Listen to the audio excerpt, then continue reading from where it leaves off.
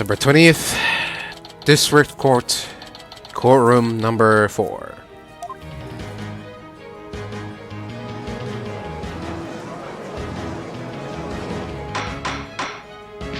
Mr. Justice, please explain yourself. It's very simple. There isn't much to explain. The defendant, Miss Athena Sykes, might not be innocent. What are you talking about? The case from 7 years ago has been settled. I'm not talking about the past here. I'm talking about the present case. It's still not clear who killed Clay Tarrant. But, Paulo, why would you... Miss Sykes, please listen quietly to what I have to say. What in the world is Apollo trying to do? Your Honor, please allow me a little of the court's time. But this is a trial for the case from 7 years ago. Miss Blackwell, I'd like to ask a favor of you. Just as you lost someone close to you, I lost someone close to me too. I'm sure you want to know the real truth of what happened as much as I do. Now, Paulo. Hehe, sure, you know I'm all for the truth. Now let's see you expose the princess's guilt. Judge, I give my permission. Continue with the trial. Very well. Is that alright with you, Prosecutor Edgeworth? The prosecution has no objections. Let's hear Mr. Justice's testimony. I'll have the police's investigation report brought immediately. Not you too, Edgeworth. I really hope it's because you have something up your sleeve. Very well. Your opening statement, please, Prosecutor Edgeworth. As you wish. Let's review the case of the murder of Mr. Clay Tarrant. It was made clear in the previous trial that Solomon Starbuck was not his killer. Therefore, the true culprit was someone else. On that day, this culprit waited for the astronauts in boarding lounge 1, when the two men made their escape out of the Space Museum. The killer attacked Mr. Tarrant with the same type of knife that was used 7 years ago. The murderer then escaped into the Space Museum. Next, Director Yuri Cosmo switched the launch pads. After that, the culprit exited the Space Museum and escaped via boarding lounge 2. Therefore, this trial must make clear who Mr. Tarrant's true killer was. In other words, we must discover who it was that escaped through the Space Museum that day. Thank you, Prosecutor Edgeworth. Mr. Wright, is the defense ready? Yes, Your Honor. I'd better rearrange my evidence.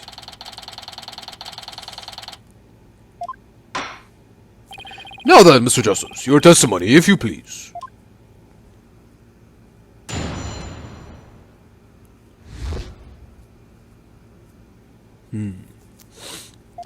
I suspected Miss Sykes of the murder of Clay Tarrant. My growing suspicions were confirmed when this incriminating evidence presented itself. In addition, she's the only one who could have utilized the launchpad switch to escape. That is why I wish to indict Miss Sykes on the charge of murder.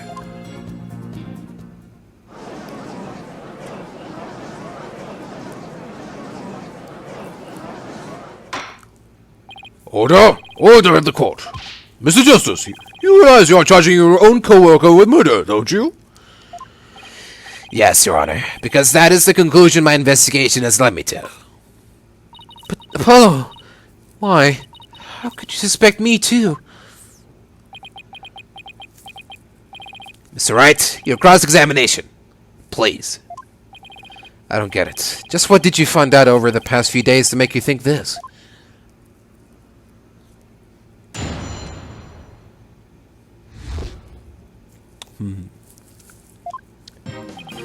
I suspected Miss Sykes of the murder of Clay Tarrant. Hold it!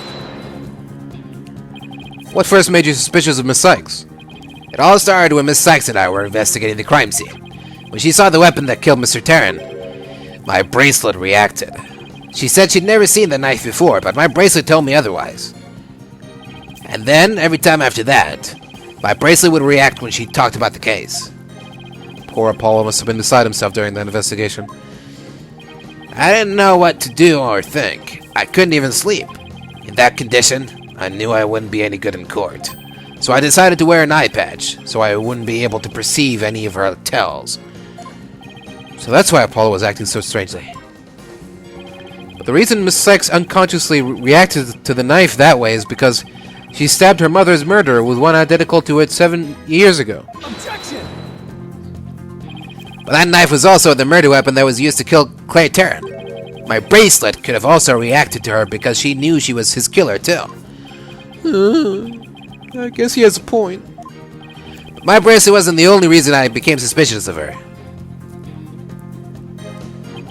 My growing suspicions were confirmed when this incriminating evidence presented itself. Hold it! That's the lighter that was found in the Space Museum with her fingerprints on it, right? But even if it seems decisive, there must be other facts we don't know about it yet. If that's so, go ahead and prove it then. Look, honestly, I don't want to believe it's true either. But Miss Sykes was the only one who was in the Space Museum at the time of the murder. But Mr. Dressus, Miss Sykes had absolutely no motive to kill Mr. Terran. Objection! 7 years ago, Miss Sykes lived at the Cosmos Space Center. It wouldn't be strange if she had some kind of connection to him. Besides, people sometimes kill for motives we can't even imagine. I know you've seen plenty of cases like that in your own career, Mr. Wright. I still can't believe this. How can you actually suspect Athena, Apollo? In addition, she's the only one who could have utilized the launch pad switch to escape. Hold it! Isn't it possible that somebody else used that same escape route? I'm afraid not, Mr. Wright. Why not? Recall there's a security camera in boarding lounge 1 aimed at the launch pad door. It's the camera that captured Mr. Terran and Mr. Starbuck. But there's also another security camera in boarding lounge 2. It recorded Mr. Terran's killer, or rather, Miss Sykes, coming out of the Space Museum. A camera in boarding lounge 2? First I've heard of it, but makes some sense. Athena said she had snuck into the Space Museum the night before the incident, and then was overcome and passed out until around noon the next day. I was out until about noon of the next day. I didn't even know about the explosions. When I woke up, nobody was around, so I just went out into boarding lounge 2. That must have been when the camera captured her. And that's what made Apollo suspect her even more. But wait a minute. In that case, it most likely recorded the true culprit as well. Objection! That's a negative on that one too, Mr. Wright.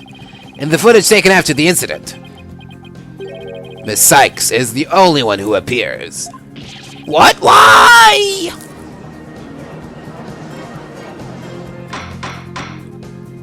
Order! Order in the court! It can't be. But if it is, then it is incredibly incriminating. Wasn't it you who proved in the previous trial that the way the true culprit escaped was via the Space Museum after the pads had been switched? Huh. The fact you previously proved turned on its ear, leaving your client high and dry. I must say, that is vintage Phoenix Wright.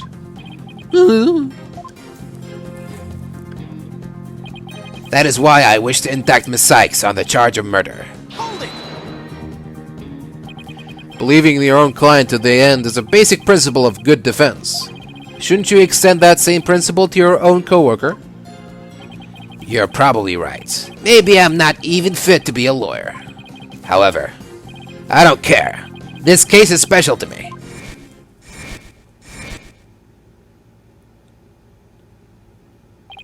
Clay was my friend. And that's why I just have to know the truth. Paul suspected his trusted co-worker of killing his friend. To dispel his doubts, he investigated on his own, but that only led to more doubts. Paulo must have been really struggling with this. Well, Paulo may have doubts, but I'll say it again. Athena Sykes isn't the murderer. Then I have only one thing to say. Evidence is everything in court. Well, Mr. Wright, think you have the concrete proof to knock down my arguments? Your arguments have been very clear, Mr. Justice, and your facts appear to be indisputable. Well, Mr. Wright, what do you think of my theory? It looks like not even you can deny it. Miss Sykes was the only one who used the only possible escape route. Under these circumstances, there can be no other suspect but the defendant. Unless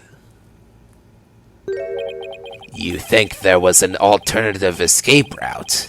Is that what you think, Mr. Wright? Is that what you think, Mr. Wright? Is that what you think, Phoenix? Was there an alternative escape route? Sure. It is what I think, Mr. Wright. Just don't ask me what. You're just bluffing again, aren't you? Me? Bluff? No way.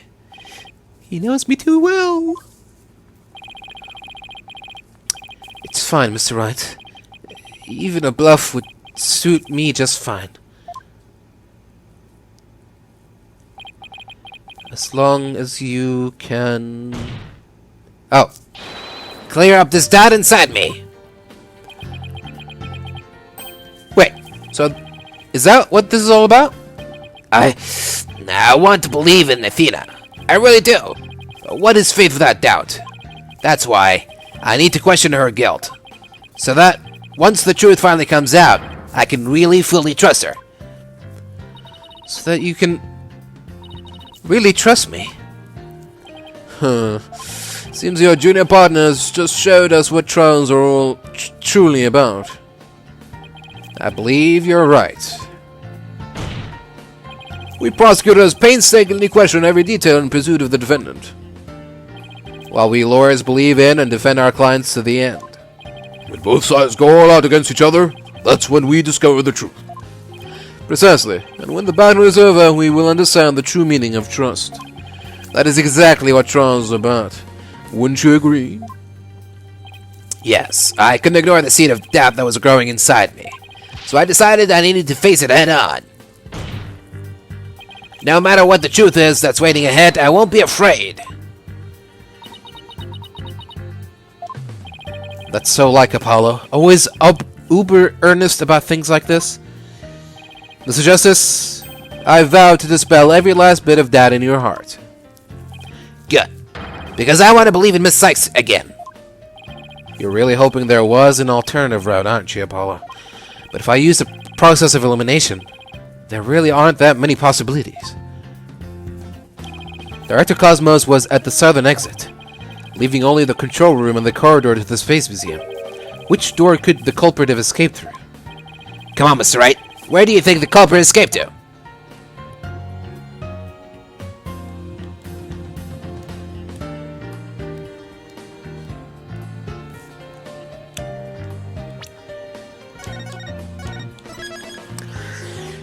I truly, sincerely have no idea, but let's say control room.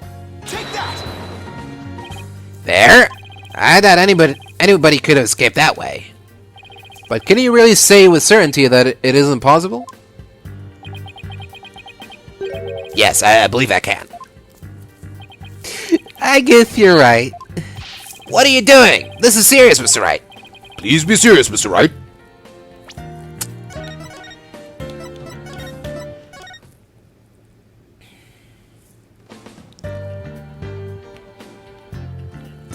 Take that! There?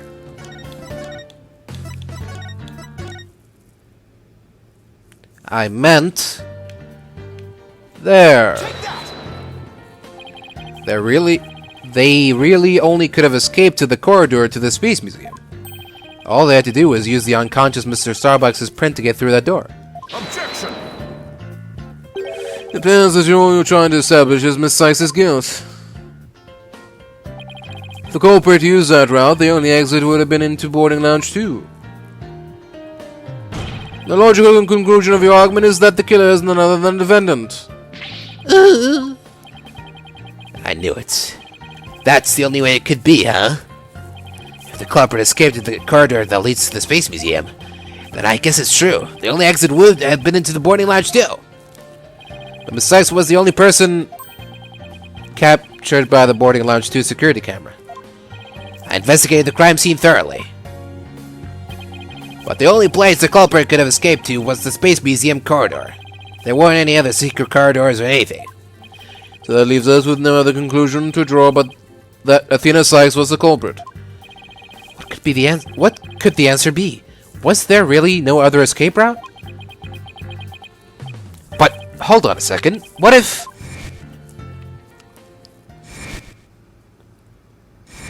What if he jumped halfway through the transition? Yeah, he jumped out the window. Where did those mysterious leaves we saw in the corridor come from? What if they're a clue to the culprit's real escape route? I think it is possible that the culprit escaped into the Space Museum, but then came out using a route other than into Boarding Lounge 2. Oh?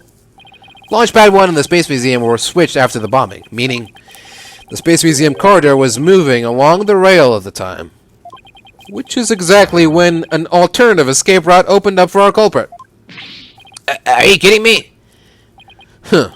Judging by the intense look in your eyes, I take it you are serious.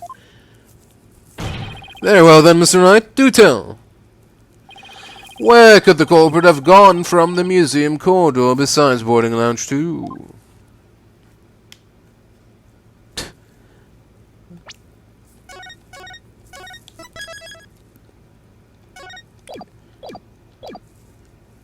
Outside. Take that! Like that. We found something odd while investigating the museum corridor this afternoon. Namely, a few dead leaves on the floor. Considering where dead leaves come from, they point us to exactly where the culprit escaped to. Yes, I remember seeing some leaves myself. Ah! Do you mean... Yep. While the Space Museum was in motion, just beyond the corridor's safety door was an alternative place that the culprit could use to escape. In other words, the culprit's real escape route was... the area outside the Space Center. You Freaking insane! Objection! Do you know how impossible that would be? That corridor is level with the 3rd floor. Even if the culprit tried to leap up to the outside wall of the Space Center building, they would fall to their death. Objection! Ordinarily, yes. But after the bombing incident, the culprit could make use of a certain item. And what item was it exactly, Mr. Wright? Alright, this is what the culprit used to leap to the outside wall of the main building.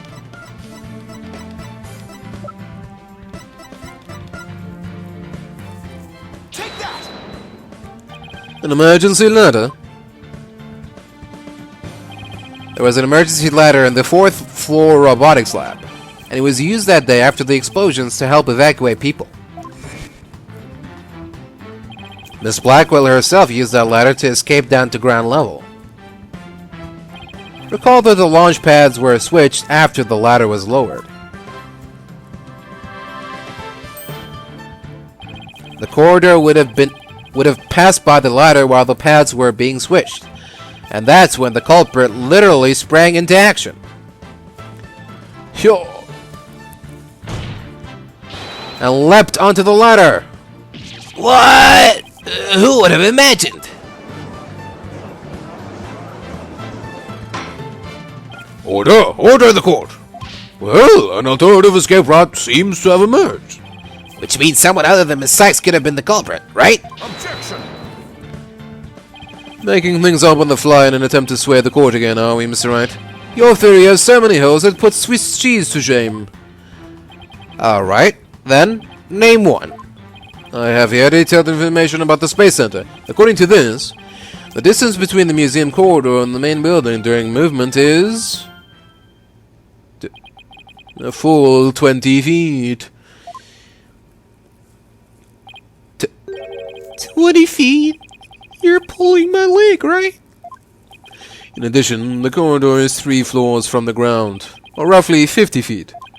What's more, the culprit would be leaping to a precarious place. An unstable ladder. Human beings feel fear in dangerous situations. It's a basic survival instinct. An ordinary person would certainly hesitate before jumping. Or even freeze in fear and not jump at all. Objection! But the culprit had just murdered someone. They weren't in an ordinary state of mind. Objection! Nevertheless, why would they have taken that kind of risk? They could have waited for the switch to be complete and escaped to boarding lounge 2. Objection! Because there was a security camera in boarding lounge 2. The culprit knew they would be recorded if they left the Space Museum that way. Objection! In that case, the culprit could have hidden in the museum until things settled down, and then blended in with the other people after the museum was open. That's a good point. But you claim that, despite all this, the culprit took a 20-foot death-defying leap, and all in the brief moment the corridor and ladder passed by each other. That's also a good point. They would have needed a running start while the corridor was moving to make that jump. If their timing was off, or if they couldn't jump far enough, it would have been instant death. What kind of person would attempt something like that? Stop bringing up good points, Edgeworth. This true culprit of yours is nothing but a figment of your imagination. Why do you always have to point every flaw? Mr. Edgeworth's right. That does sound pretty insane. The culprit would have to be someone who feels no fear, like a stuntman. But everyone feels fear on some level. Right? Right? Wait a minute. Aha! I've got it this time. I can prove that there is someone who could have used this alternative escape route. Oh, can you now? This proves the possibility of a person who could have used this alternative escape route. Take that! What's that, Mr. Wright? This is a certain person's very interesting psych profile. The subject doesn't experience feelings like normal people do. In other words, this person doesn't feel happiness, sadness, or fear. Doesn't feel fear. What? Right? You can't be serious? Without the constraint of fear, he could easily do what an ordinary person wouldn't dare. Just as you or I could do a broad jump on the ground without the slightest fear. This subject could make a 20-foot leap, 50 feet up in the air. He could choose this extreme way of escaping without hesitation. So, you're saying that to a person without fear, the alternative route would be quicker and eliminate the chance that they'd be spotted? That's definitely pretty extreme, Mr. Wright. But was there such a person there at the scene? Yes, the Phantom, that mysterious shadowy figure who keeps popping up. Oh dear! The Phantom! Again! I knew the Phantom was there behind the scenes of the Space Center bombing, but I wasn't sure if he was connected to the murder of Clay Terran as well. However, now it's all clear. The Phantom is the one who not only bombed the Space Center, but also killed Mr. Terran.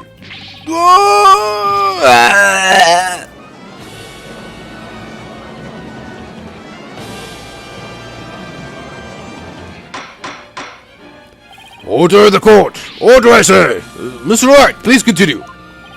There were just too many similarities between this case and the one from 70 years ago. But why, you may ask? It can only be because both incidents were the work of the same Phantom.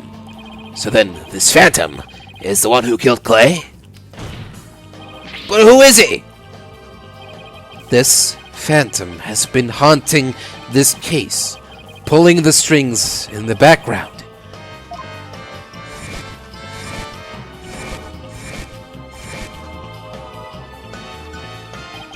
Who could this unidentified international spy be? Right, this escape route must have been a part of the Phantom's plan from the start, as was tricking Director Cosmos into switching the launch pads. The bomb on the second floor was meant to make the elevators and stairs unusable. That's why he gave advance warning and planted the bombs where he did. Yes, I think you're right. But it doesn't explain this one last thing. So I lowered my emergency ladder like the detective leading the evacuation told me to. But it was such a pain. Why couldn't they have used the ladders in the other rooms? The robotics lab wasn't the only room with an emergency ladder. But he couldn't have made that leap unless he was certain which one it would be. So, you mean... the Phantom must be someone who knew that particular ladder was going to be used? That's right. Who could it be? Wait a minute. So, I lowered my emergency ladder like the detective leading the evacuation told me to. Uh-oh. Miss Black will lower the ladder after being told to by the detective leading the... Ah! You gotta be kidding me! Did you figure it out, right? Do you know who the Phantom is? Yes, I do. Who is it? Who killed Clay? Our mystery spy, known as the Phantom, is none other than...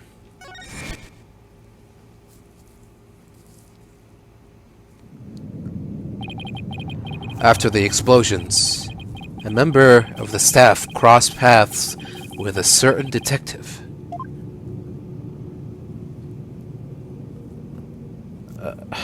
Who's saying that? I was on duty on the 4th floor.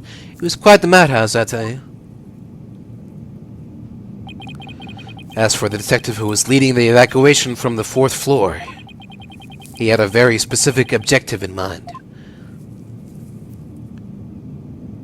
So, I lowered my emergency ladder like the detective leading the evacuation told me to.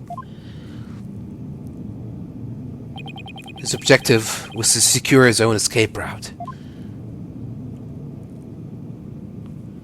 We lowered an emergency ladder from a 4th floor window and escaped that way. Once everyone else got out safely, I made my way down too and headed to the shelter.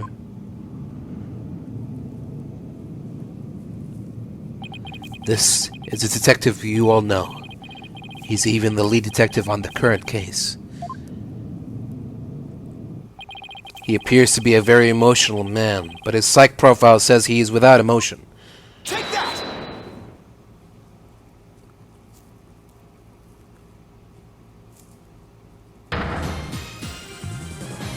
What are you saying?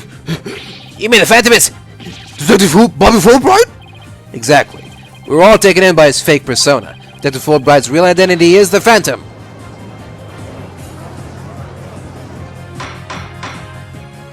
Order in the court! Mr. Wright, how could this be? That's easy, Your Honor. Detective Fulbright was leading the 4th floor evacuation effort. Our first clue is that he made no attempt to have any other ladder put to use. The ladder in the robotics lab is the only one he ordered to be lowered. The second is that he directed everybody to the basement shelter via this ladder. Verily, it was all part of his plan to create an escape route. After Detective Fulbright saw to it that the ladder was lowered from the robotics lab, he went to the lounge where he killed Clay Terran and escaped into the Space Museum. The museum started moving slowly, so he waited for the right time, got a running start, and just as the corridor was passing the ladder, he leapt onto it. I don't believe it. That adulpated detective did all that? Was it really him? I mean, all this time I thought... Sorry, we didn't catch your name. My name? I'm Bobby Fulbright, the heroic detective who defends our good citizens from evil. A champion of justice who comes running whenever you're in need. And my catchphrase? It's in justice we trust. Then, his concern for Simon was also all just one big act? I swore to reform Prosecutor Blackwell and make him a valid member of society again. So I can't just sit by and watch him give in to his emotions and tear the defendant apart. That monster killed Clay? He had me completely fooled. Come to think of it, he's the one who brought that bloodstained ladder to court too. The scumbag even made me turn on Athena. Damn it! How the hell did I fall for that? For him to have worked his way to this police department as well. Your Honor, the defense demands to question Detective Bobby Fulbright. Yes, I agree that we need to hear from him right away. The court will take a short recess, and then Detective Fulbright will take the stand.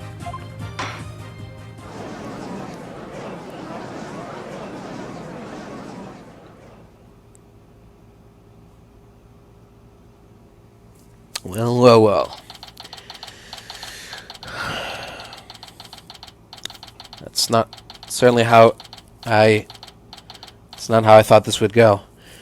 But when Athena mentioned that she cut the killer on his wrist, on the back of his hand, yeah, that's when I knew something was wrong. Because that made me remember something. Something that I'm sure we'll end up pointing out soon enough. Alright. I'll be back. Alright. Recess time. December 20th, 5:13 p.m. Desert Court, Defendant Lobby number 5. Thank you so much, Mr. Wright. If it wasn't for everything you did, I... Don't thank me yet. We still have an uphill battle to fight. You got it, boss.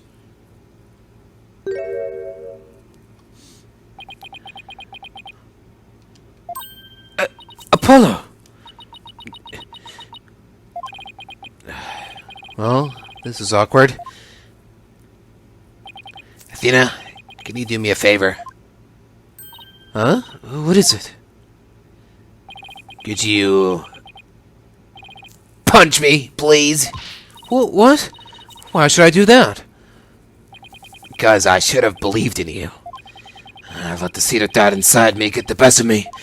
I'm really sorry that I didn't trust... Ow! Don't be such a dope. I was really touched by what you did. Now, what are you talking about? I want to believe in Athena. I really do. But what is faith without doubt? That's why I need to question her guilt. So that once the truth finally comes out, I can really fully trust her. You took the time and effort to genuinely think about who I am and what I am made of. After all that, how could I punch a true friend like you, Apollo? Didn't have any trouble slapping him a second ago. Thanks, Athena. And thanks for waking me up to reality again. Guess I don't know who to call if I ever get sleepy in court.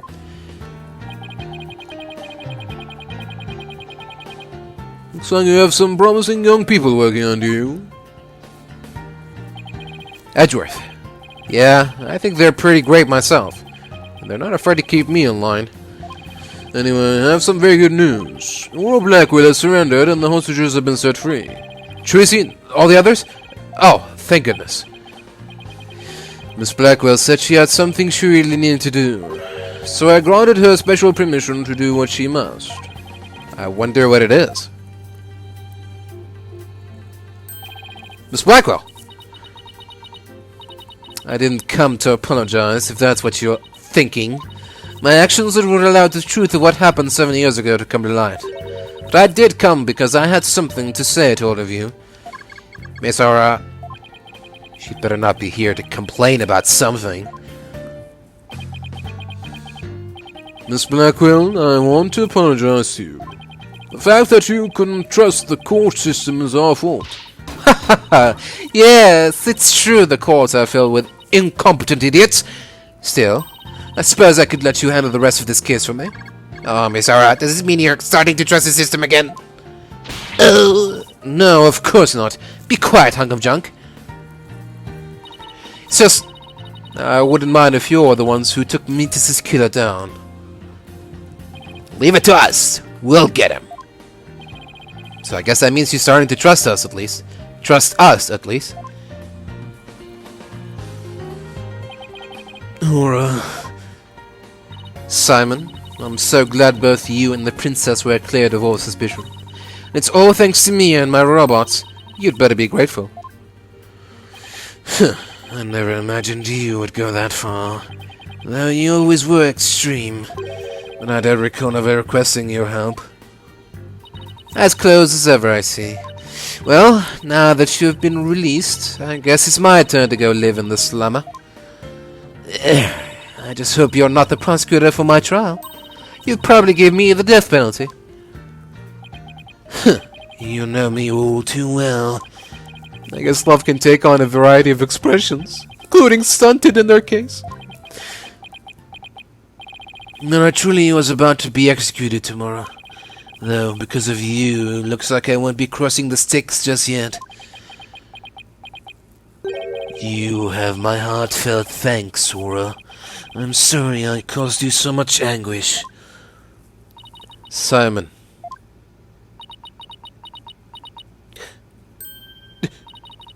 Sniffle. I'm so glad, Simon. So very glad to hear you say that.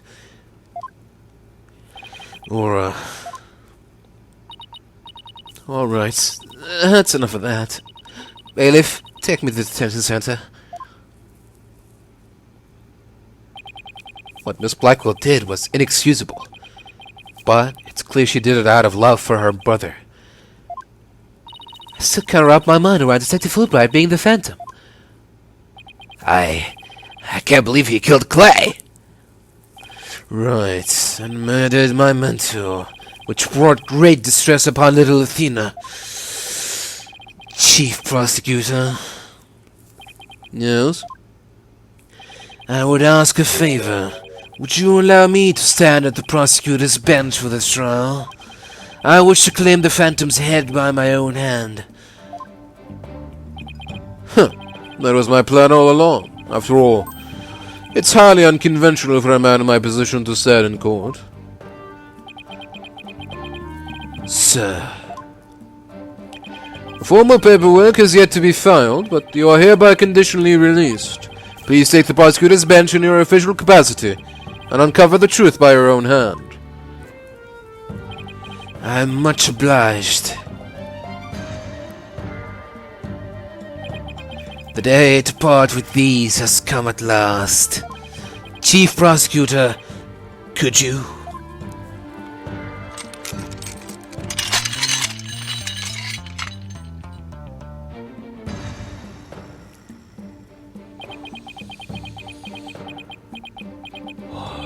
How long have I waited? Maybe it's the sense of freedom, but even the air seems fresher, the light brighter. And I will relish slashing that blackguard Fulbright to shreds without mercy. I don't have to be able to read his heart to see how happy he is. Sniffle, I'm so glad, but I won't cry just yet. After all, we've still got a trial to finish.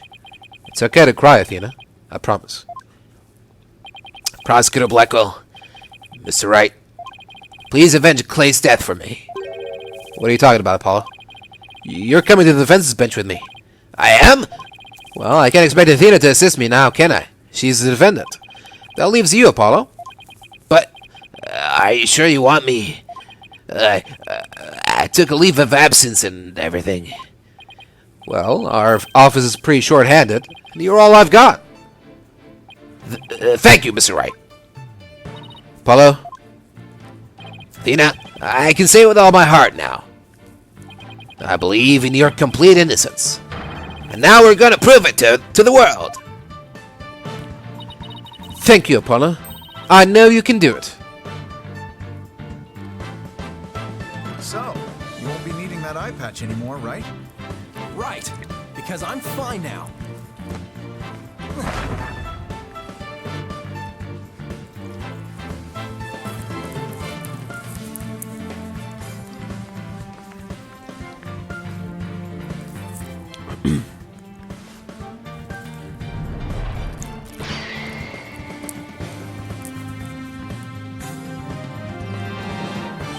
Now this is the Apollo I know. Welcome back, Apollo. It's almost time for the trial to restart, though it looks like you have things well in hand. Yep. I should head back to the prosecutor's office. But why? I want to look into a few things, namely, the first people on the scene 7 years ago, the facial data registered by the robot, and Detective Fulbright's background. Sounds great, Edgeworth. Thanks. I expect to be repaid with a victory, right? Now, if you'll excuse me. Okay, you two all set to go? You bet I am. Let's do this. This is it, the final battle. The murder of Apollo's friend. The courtroom bombing incident.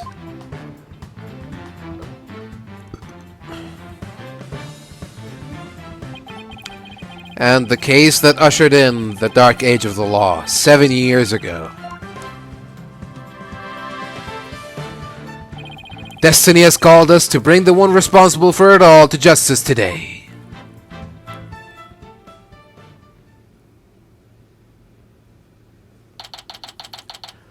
December 20th, 5:27 p.m. District Court. Courtroom number 4.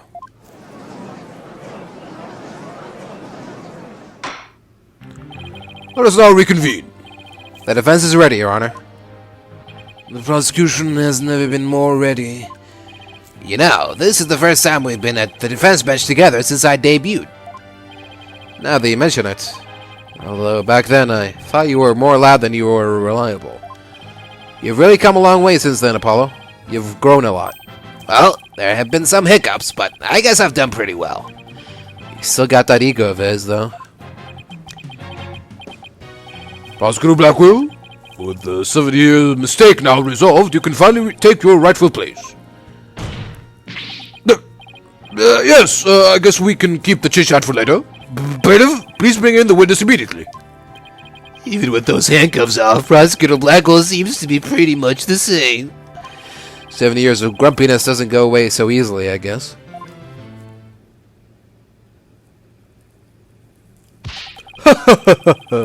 Bobby Fulbright here. I heard I was needed on the stand, so here I am. Detective Fulbright, do you know why you have been called to give testimony? Yep, because there is only one reason why I be called. And that is because it's time for justice. In justice we trust. Objection! You can't fool us with that act anymore. Your justice is nothing but lies. What? Are you questioning the integrity of my sense of justice? I mean, sure, sometimes I make mistakes, but hey. He's acting exactly the same as always. Tell me about it. He must be feeling awfully confident. Fulbright, if you wish to dispel our suspicions, then let's get to your testimony. Alright, fine. You want me to prove my righteousness? I can certainly do that.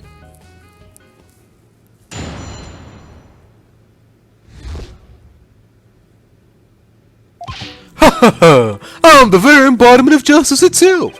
I won't have you make me into a villain with your far-fetched arguments. And this bit about the escape route is only a theory. You don't have any proof. What we do have is proof that Theta Science is the culprit. This slider with her prints on it.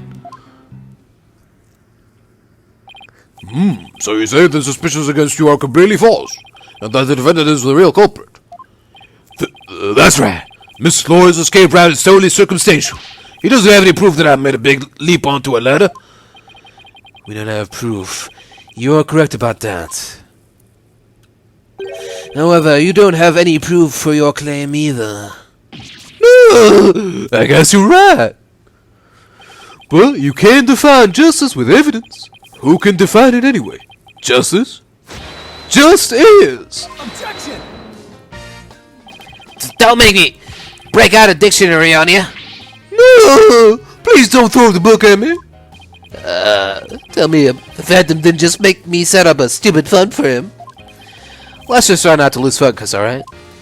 But my justice is crystal clear. What's not clear are your eyes. Wake up and smell the justice. Silence!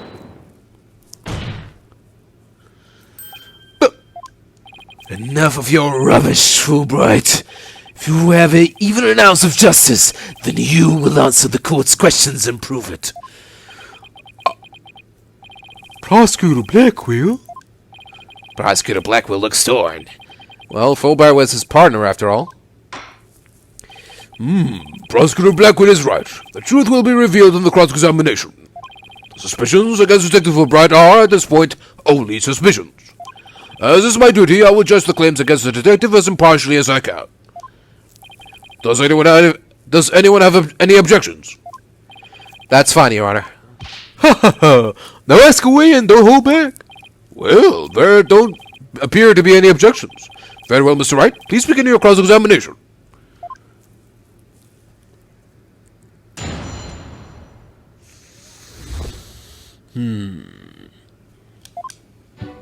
Ha ha ha! I am the very embodiment of justice itself. Hold it!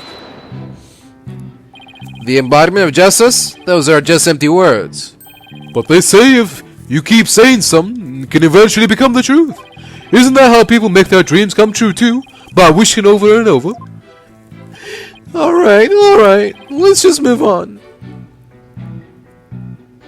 I won't have you make me into a villain with your far-fetched arguments. Hold it! My arguments are hardly far-fetched. There's careful reasoning behind my theory. Yes, well, apparently there's a reasoning behind even a tofu burger. But what we have against Miss Sachs, though, is not just reasoning, but solid evidence. And it's called the lighter with Miss Sachs' fingerprints on it and the victim's blood. Yes, that's true, but wait. Detective Fulbright was the one who brought that evidence to the trial. If you have any suspicions, I suggest you ask Fulbright, right, Donor? Especially about that lighter. He's right, but what exactly should I ask about?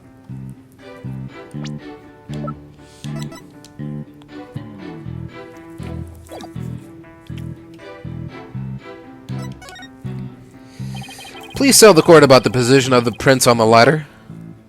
They're around the same spot on either side, as they would be if she were holding it up. I suppose if it was used to light the room, it would be held that way. Could you please add that statement to your testimony?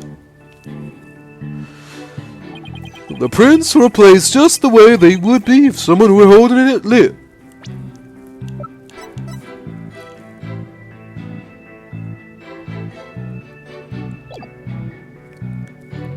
Hold it! Yes, Miss Blackwell did mention she saw a lit lighter being held up. Yep, meaning the person Miss Blackwell saw was the owner of the fingerprints. It just strengthens the argument against Miss Sachs. This line of questioning is going to get me anywhere except conviction land. Should I try asking him something else? So, how many prints were found exactly? 3. The thumb, index finger, and the middle finger off her right hand. Your Honor, that is an important statement. Could we please have it? Swapped into my testimony? You got it. Here, beat me to it. Ha ha ha! Be it investigating or testifying, speed is the key. 3 prints were on the lighter, the thumb, index, and the middle fingers of her right hand. Hold it! So 3 prints from her right hand were found on the lighter, huh? Are you certain of this? I'd stake my life on it. Mr. Wright, isn't it odd he's saying the prints are from Athena's right hand? Why would you say that? Well, think about it for a second. The gloves? Yeah. Athena always wears that glove on her right hand, right? So there's no way she'd leave prints on those. So there's no way she'd leave prints of those three fingers from her right hand. Hey, great point. Why didn't I catch that one? Detective Fulbright, I'm sure you heard our discussion just now about how Miss Sachs always wears a glove on her right hand. Ha ha ha! Well, I have only one thing to say to that. Do you have evidence that she was wearing the glove at the time of the incident? I guess we don't. If you want to prove the defendant innocent, you'll have to ask better questions than that. Like I need a lecture from you, Smiles McGoo. Should I try asking him about something else?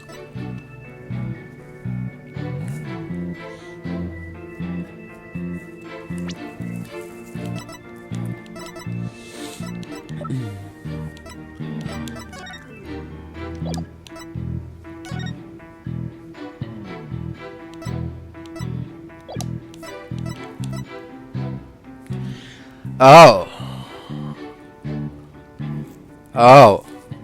Aura said that the perp was holding the lighter in their left hand. Okay. Yeah. So, yeah. Okay. Let's proceed with your testimony, shall we? Certainly, certainly. The statement that was added. I'm not sure if it's relevant or not. Well, at least he seems willing to answer our questions. Let's keep asking about different things and see if we can uncover an inconsistency. Detective Fulbright is a tougher adversary than I thought.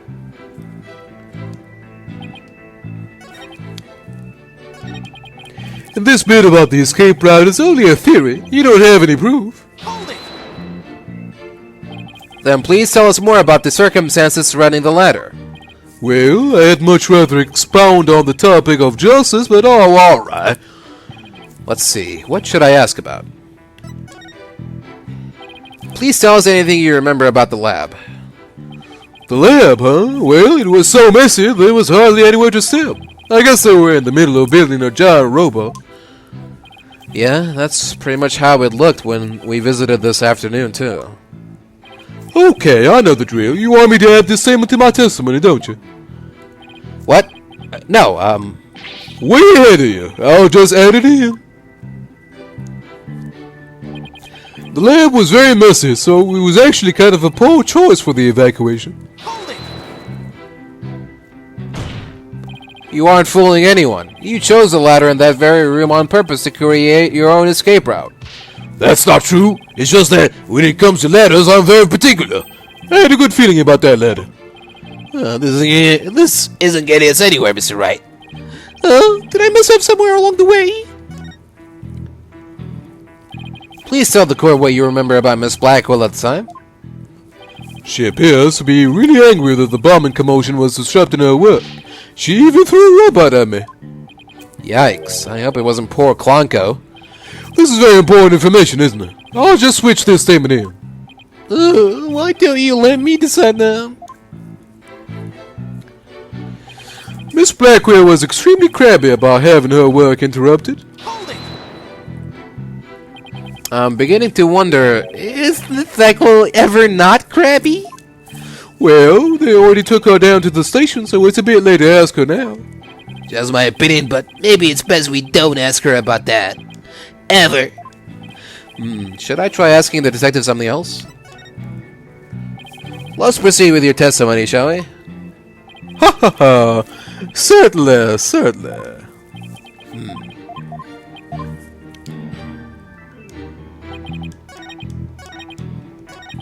What we do have is proof that Athena Sass is a culprit. This ladder with her prints on it. Hold it! You mean the lighter that was found in the Space Museum? Is that right? The one and only. After Miss Sachs murdered Mr. Terran, she escaped into the Space Museum. That's where she probably dropped the ladder. Then, after the launch pads were switched, she ran out of the Space Museum, where her image was caught by the security camera. Without evidence, I should probably save this fight for another time.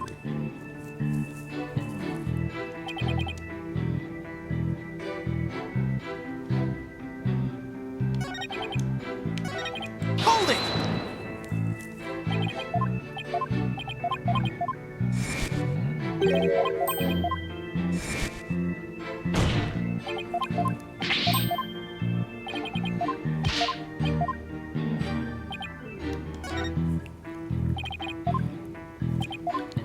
I want him to say that. I want him to say the right hand part.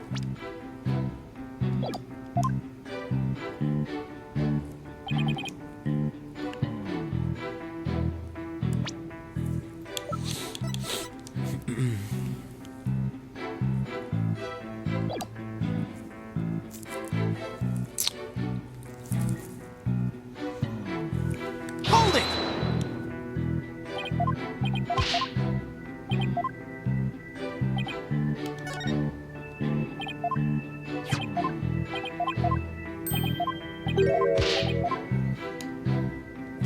Okay. Well, he doesn't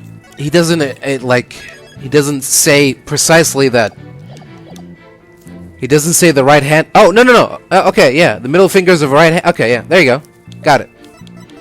Wrong. Objection! You say the prints were from a right hand, is that correct? That's right. Very clear prints. But that just doesn't add up. Huh? What doesn't add up? According to Miss Blackwell, who saw the culprit herself, this person held the lighter in their left hand. Oh? So here is the dilemma before us. Why are the prints on the lighter from a right hand instead of a left? No! You're right. That doesn't make sense, does it? Your Honor, this lighter can hardly be called incriminating evidence. The witness's claims don't even hold water. Detective Fulbright, I hope you have a good explanation for this. I just can't understand it. They're definitely right-hand prints. But then, why are they inconsistent with Miss Blackwell's statement? I've got it. What have you got, Detective? The mirror. The witness must have seen a reflection of the culprit in the mirror. Go on. Miss Blackwell was looking in through the window of Boarding Lounge 1, wasn't she? I believe so. If you mean the little window in the back and to the right of the room. That's right. And across the room on the opposite wall is a large mirror. I remember seeing it. So you're saying... Yes, the culprit Miss Blackwell saw must have been a reflection on that person in the mirror. Ah, I see. In that case, right and left would appear reversed, wouldn't they? Ha ha ha ha! Now do you see? That's the logic of pure justice. Objection! But your argument is only conjecture. You don't have any proof that what Miss Blackwell saw was a reflection. Silence! Right, Dono, you'd sooner nick yourself than him like that. Put some more muscle into it. Huh? Ha ha ha! That's right. Besides, the lighter couldn't have been in the left hand. And why not? Miss Blackwell said she saw an earth emblem on the lighter, didn't she? That emblem is only on one side of the lighter. You're right. There's no emblem on the other side. Exactly. As blank and smooth as the judge's fine scale. If the culprit had held the lighter in their left hand, they would have covered the emblem. Oh! What's more, this is the kind of lighter you flick open with your thumb before lighting. So if the culprit had held it in their left hand with the emblem out and visible, they wouldn't have been able to open it, let alone light it. But if they had held it in their right hand, they could easily open it and light it. This all means that the culprit was definitely holding the lighter in their right hand. No! Come back, my beautiful contradiction! It appears you have planted a flower that bears no fruit. Ha ha ha ha! See how it withers before my flower of justice? He's tough. He's managed to discredit almost everything I've proven up to this point. In justice we trust. Now do you see? I'm not this phantom you've been talking about. I mean, are you sure there really is a spy? I bet they're just a figment of your imagination. Oh, it's so sad. So very sad. But I'm afraid Miss Sykes is the culprit. Hold it! Detective Fulbright, I believe you said that the emblem is only on one side of the lighter. Are you sure about that?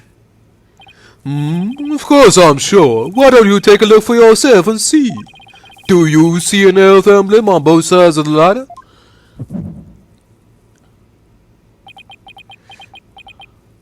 I knew it. You're lying, Detective. Pardon me? You mean? Yes, my bracelet reacted to his statement about the emblem. He's definitely hiding something big. I think if we use my talent, we might be able to figure it out. Justice Dono, are you to use that cheat of yours again? It's not cheating, Prosecutor Blackwell. Very well. Whether I like it or not, I suppose we should use whatever works right now. Go on, then. We have Prosecutor Blackwell's reluctant blessing, apparently.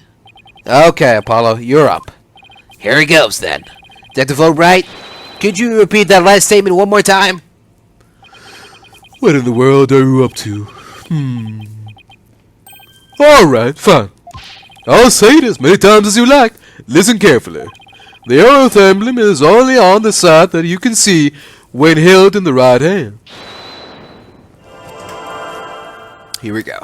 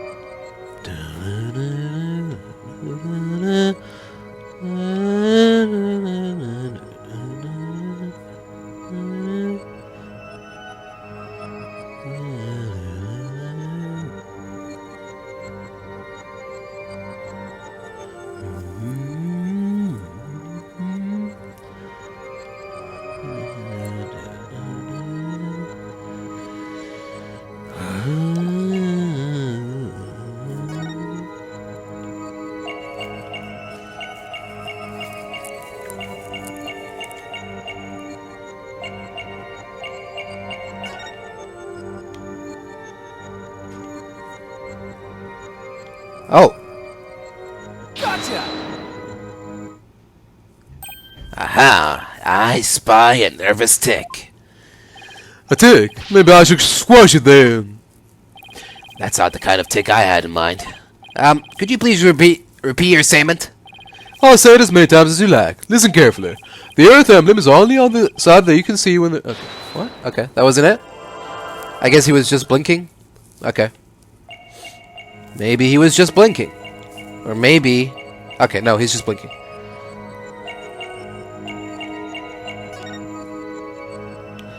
Let's find something else. Heart. Pocket.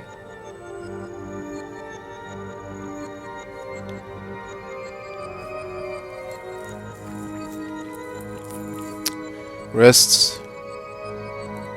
Stomach. Other wrist. Elbows. Shoulders.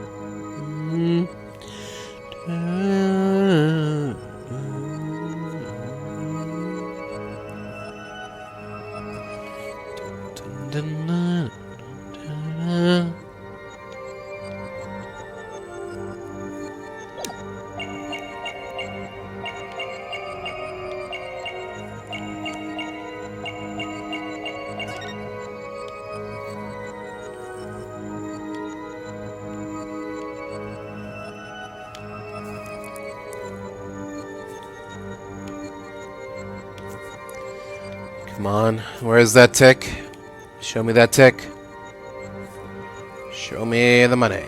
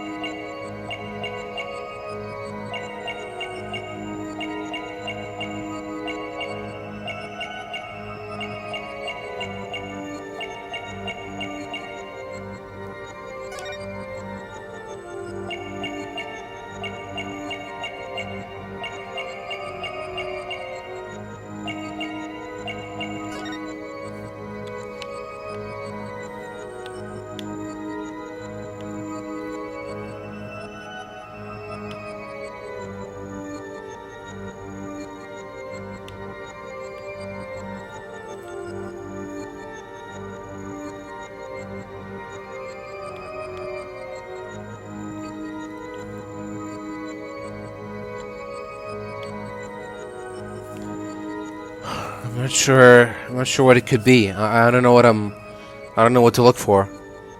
All the obvious spots are not turning up with anything. The face, the heart, the palms, the armpits. I'm not getting anything. I don't know what to look for in the first place, and then I don't know what part of the statement I should perceive on. It's got to be on the only part, but maybe not. Is it the ears? Do the ears twitch?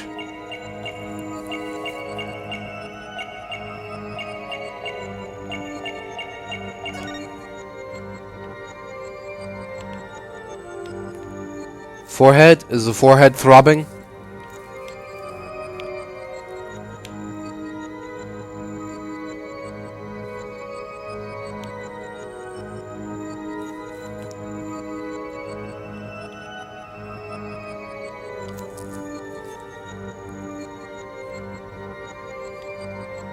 The eyes?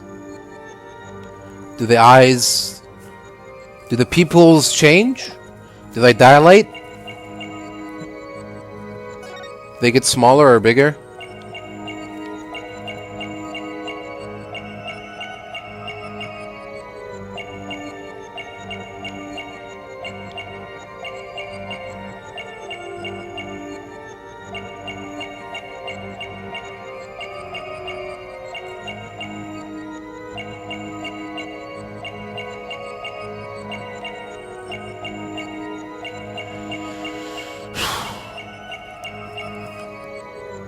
No, the pupils don't change. The nose doesn't move, doesn't budge. The ears don't twitch around. He's not biting his tongue or anything, is he?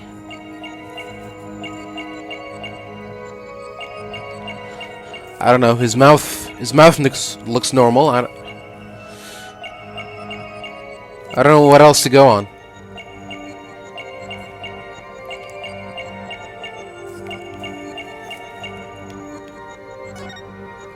It's got to be the wrists. It's gonna be like just like Christoph's tell. It's gonna be in one of the wrists. They're gonna start pulsing.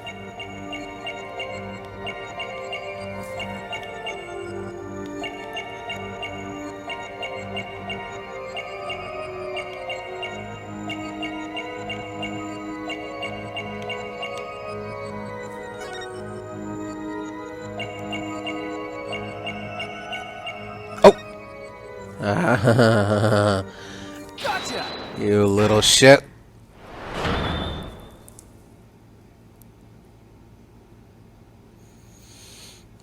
Detective Fulbright, you might not be aware of it yourself, but whenever you say the phrase, the Earth emblem, your left thumb moves. In fact, it appears as though you're running it along the edges of your holster.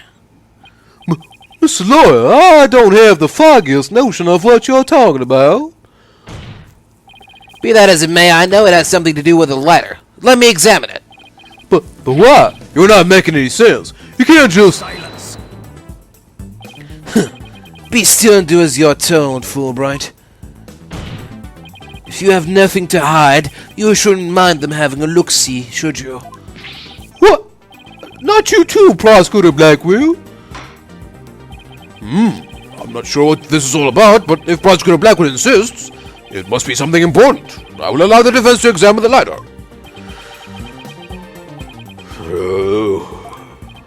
Good. Now maybe we'll learn something new. I hope so. Now let's check every inch of this thing. Oh. It's hard to tell if the prints are from a right hand or left just by looking. I don't think looking at each print with the naked eye will tell us anything new. But this letter definitely hides a secret. I agree. Let's check it out carefully. So, this is the Earth emblem Detective Fulbright was talking about. See anything noteworthy? Huh? Hey, look at this. The emblem's actually some kind of button.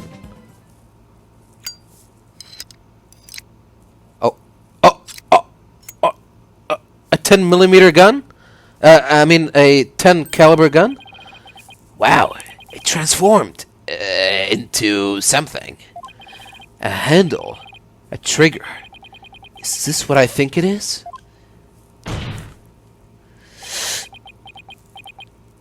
There's no question, it seems. What you have there is a gun. A what? A gun.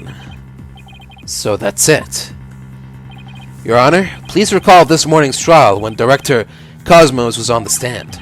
The bullet that hit the oxygen tank was extremely small, maybe at 10 caliber. This little compact gun probably takes bullet of that caliber. Looks like this is the gun that was fired at the scene.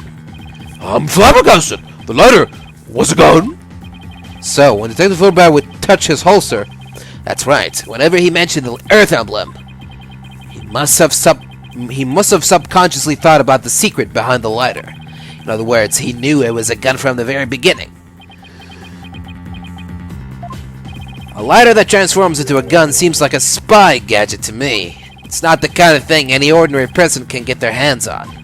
In fact, I'd say it's strictly in the domain of elite spies. Detective Fulbright, you will explain yourself. There's nothing for me to explain. I didn't know the lighter could transform. I mean, it was found in the Space Museum, and then I brought it straight in. I didn't even have time to check it out. Objection! Whenever you mention the Earth emblem, you touched your holster. You subconsciously did that because you knew it was a gun. Accuse me all you want, but where's your proof? Do we have any evidence that I knew the lighter was a gun? Not exactly. And whose prints are on it? Miss Sykes' prints. It proves that she's the culprit who fired the gun at the scene. It would appear that the detective is right. Are you guys really trying to play your card innocent or what? Although it pains me to do this, now that we are where we are, I have to make the following assertions, coming from the prosecution side. The person who fired the gun at Director Cosmos in the lounge after the incident, and the person Miss Blackwell saw holding the lighter, and the person who murdered Mr. Terry, and the person who bombed the Space Center, are all the defendant, Athena Sykes. The prints are on the lighter are decisive proof. Now do you see? A man on the side of justice couldn't possibly be the culprit. And I think this about sums up Miss Sykes' part in the whole affair. Evidence certainly does seem to point to the defendant's guilt. Do you have anything to say, Prosecutor Blackwell? Evidence is everything in court. Therefore, Fulbright's claims stand firm. But... Calm down, Apollo. He's just saying that because he has to, as the prosecutor. Mr. Lawyer, our job is to pursue criminals in the name of justice. You shouldn't cast suspicion on people based on something as dubious as a habit. In fact, you have a bad habit of showing up in court with an awful case of bad hit. Objection! Says the man who wears sunglasses at night. If it's proof you want, it's proof you'll get. I'll prove that this lighter is not Miss Sykes', but yours. Sounds like you've hit on something, Apollo. Just, if the prints on the lighter are the basis for accusing Athena, I think we should reconsider the credibility of the evidence itself. You mean, you think this lighter might be forged evidence? That's right. It could all be part of Fulbright's bigger plot. Did he do anything out of the ordinary while I was off on my own? I can definitely think of a few things.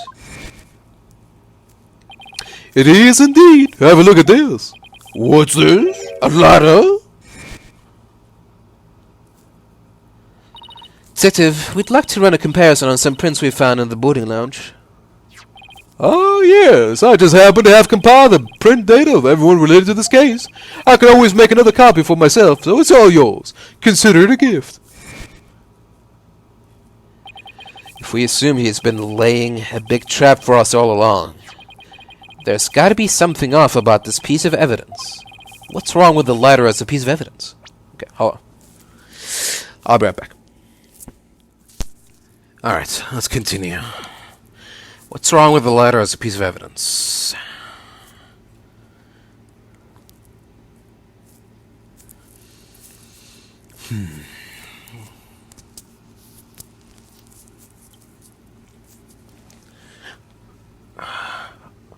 Well, my thinking is that because he's the one who did the quote-unquote analysis, he could just be lying. So, if we actually do another analysis on the prints, maybe it'll turn out to be Bobby's prints and not Athena's. So, are they really Athena's fingerprints? They definitely matched her print data, according to him. Yeah, but what about the data itself?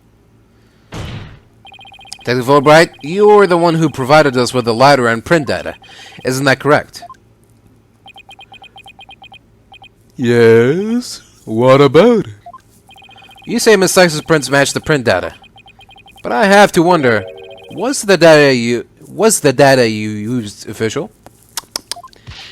Mr. Wright, are you suggesting that the evidence might have been fabricated? I guess there's only one way to find out. Let's re-examine the prints. Using the official sanctioned print data of the people involved in this case. What? You dare insult the epitome of justice and integrity? There is no need for such antics. Silence.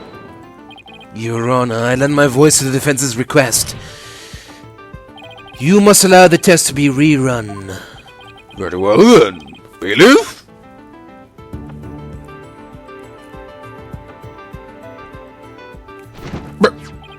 Ah, it appears that the official data is here. And the results? It's just as the defense claims. This proves that the prints on the lighter do not belong to the defendant. No. Yes. The fingerprints actually belong to the victim, Mr. Clayton.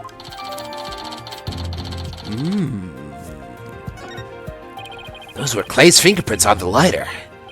Ah, I see. Come to think of it, wasn't you, Fulbright, who collected the victim's prints? I personally removed his glove during the investigation. We had to get his fingerprints to confirm his identity, after all. When you took the deceased's fingerprints, you could have easily planted his prints on the lighter with his blood, after which you wiped the blood off his hand. Ooh. By your own admission, you were also the one who compiled the phony print data, all to put the blame on Miss Sykes.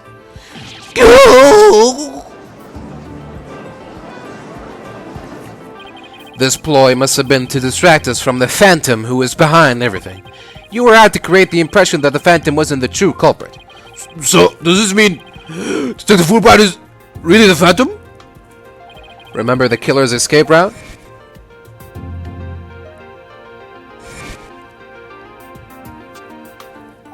No ordinary person would have been fearless enough to attempt it. Nobody but the Phantom, the man with no emotions, could have done it. Detective Fulbright, you were the only one who could have used that escape route.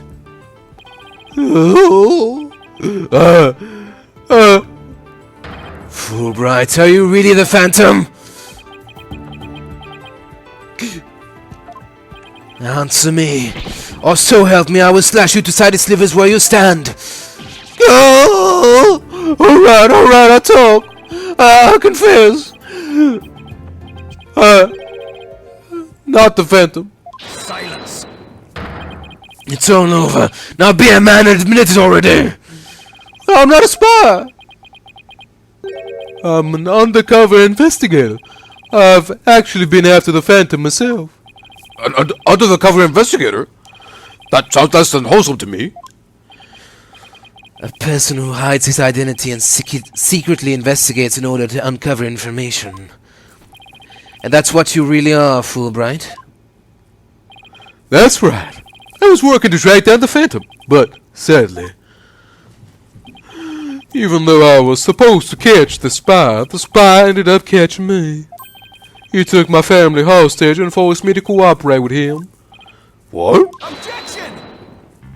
You're telling us this now? But if what you say is true, then who was the mystery person Miss Blackwell and Mr. Starbuck saw? It was a Phantom, I tell you. All I did was help him by having that emergency ladder lowered for him. Objection! I don't believe you. Then how do you explain the fabricated lighter? That was also one of the Phantom's demands. Bring the detective in charge of the case. He was Being the detective in charge of the case, it was easy for me to fabricate the evidence. Pinning the crime on Athena's side was just another one of the Phantom's orders. And you expect me to buy that? Fulbright, what was the Phantom's ultimate objective?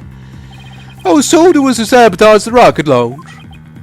Someone who didn't want the launch to happen must have given him the order. Actually, I have to apologize to you too. The Phantom told me to get close to you. He ordered me to get back that psych profile you have on him. So, he sent a buzzard of his own to tell me this past year, did he?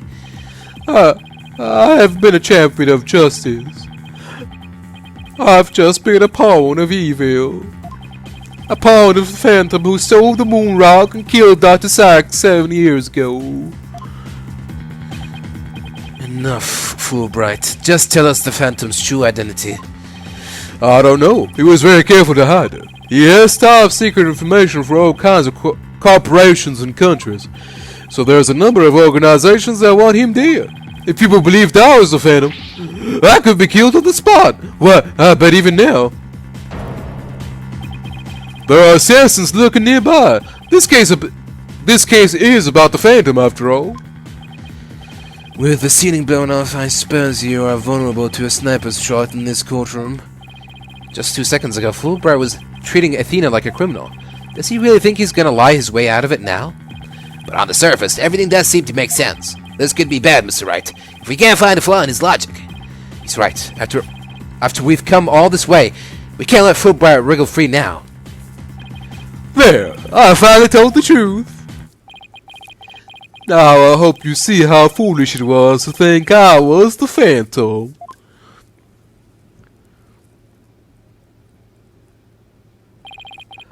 You're an intelligent man, Prosecutor Blackwell. You believe me, right? You believe me, right? I believe you. I don't think you're the Phantom. What? How can you say that, Prosecutor Blackwell? It's obvious he's the Phantom. Silence. Evidence is everything, right, Donna? And you must admit there's no clear evidence that Fulbright is the Phantom. Yes, as I recall, the only solid proof we've seen up to this point is the fact that Detective Fulbright has fabricated evidence. But...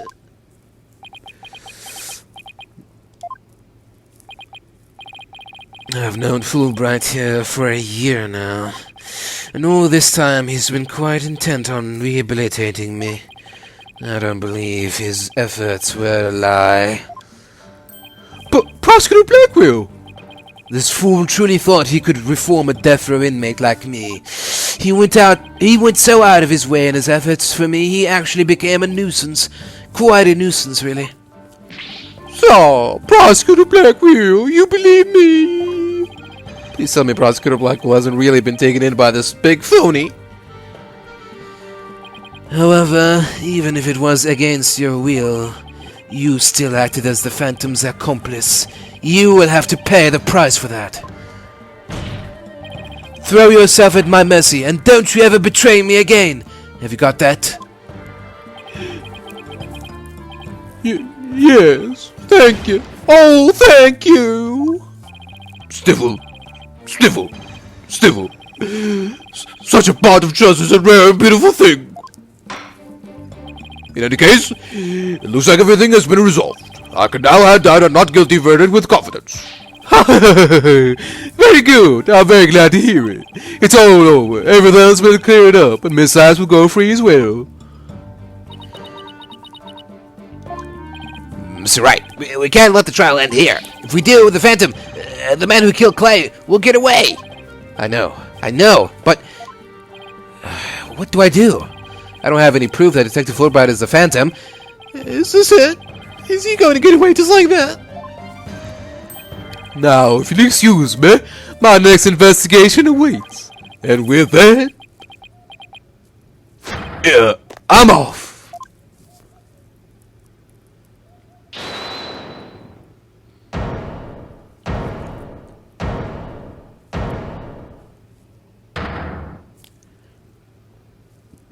The defense... No, wait. Not the defense. The defendant feels it's not time for a verdict yet, and would like to see this trial continue. What? But I was just about to declare you innocent of all charges. It just doesn't feel right to be standing here. Hey, Apollo, think you could scooch over?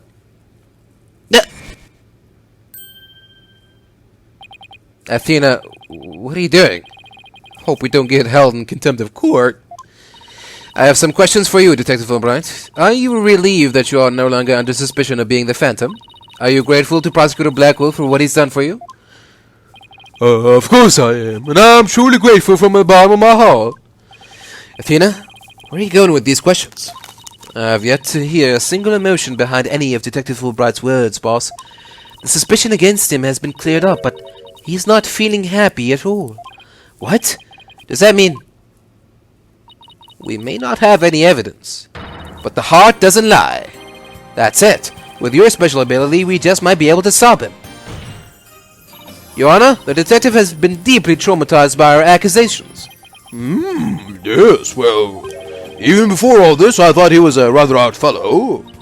If he doesn't get counseling right away, who knows what might happen to him?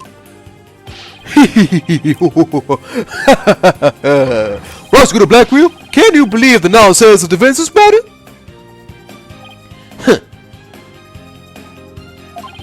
Fulbright, I think you'd better have that counseling. Not you too! You've been making batty remarks ever since you were accused of being the Phantom. Such as you're an undercover investigator and your family has been taken hostage. I fear you might have finally lost it. But I thought you believed me. Silence. Oh, how you amused me so. What's going on here? That was an excellent bit of psychological manipulation just now, Simon. I knew you would catch on, Athena. Huh? Am I feeling mean here? Hee hee. Guess we left you in the dust, huh, Mr. Wright? Simon was only pretending to believe Detective Fulbright. Because he knew I'd notice if there was a lack of emotions, like joy or relief in his response. So he gave me the chance to take a listen. And listen I did to the voice of Detective Fulbright's heart. What? You two were working together just now? Come now, Athena. Show us what's inside Fulbright's heart. You got it. Time to check the instant replay.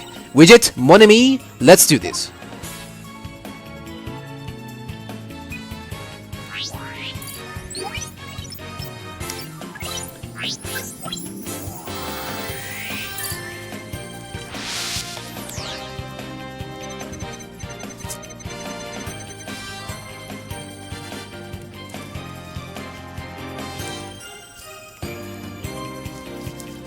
Thank you for believing in me, Prosecutor Blackwell. I am an undercover investigator, but the Phantom was coercing me.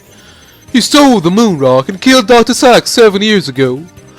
I'm a bad person for cooperating with such a man. But he took my family hostage. What else could I do? Even with all his over-the-top expressions and gestures, he's registering no emotion at all? It's just like I thought, and right in line with the Phantom's psych profile.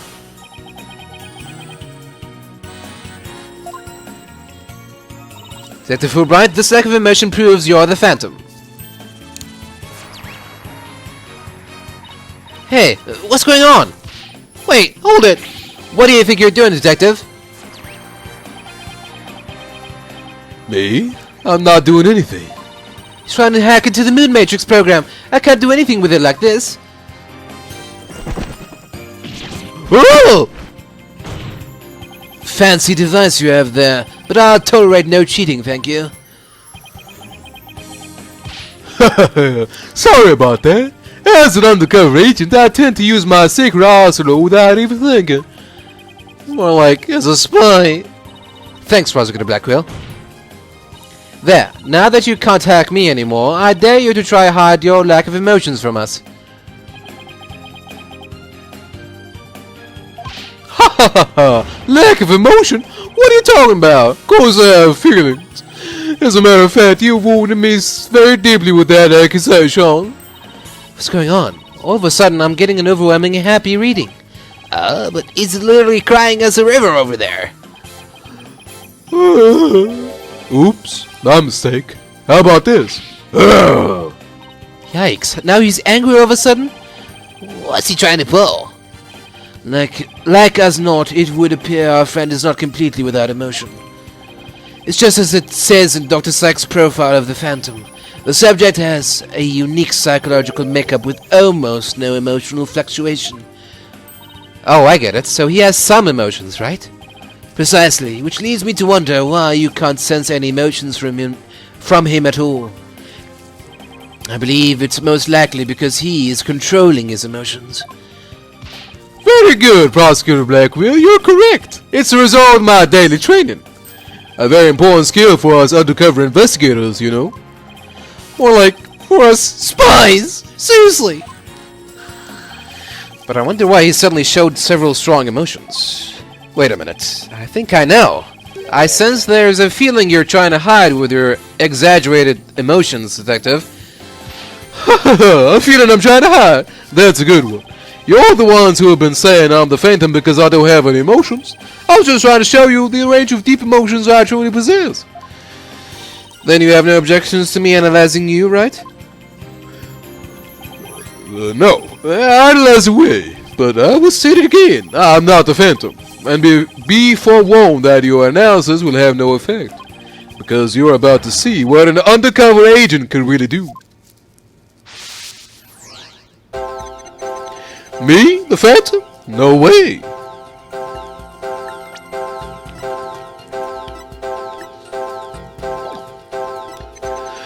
Oh, I'm so sad. See, I told you I have emotions. How dare you accuse me of being someone who would kill over a moon rock?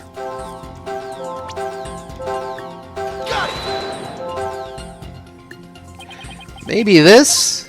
I don't think so. I've never seen a person in such a chaotic emotional state. But there has to be something here. I just know it. This might be a long shot, but if there really is a real emotion mixed in here somewhere, then it's possible that it would be the one emotion that doesn't disappear. The one that doesn't disappear, huh? I'll give it another look then.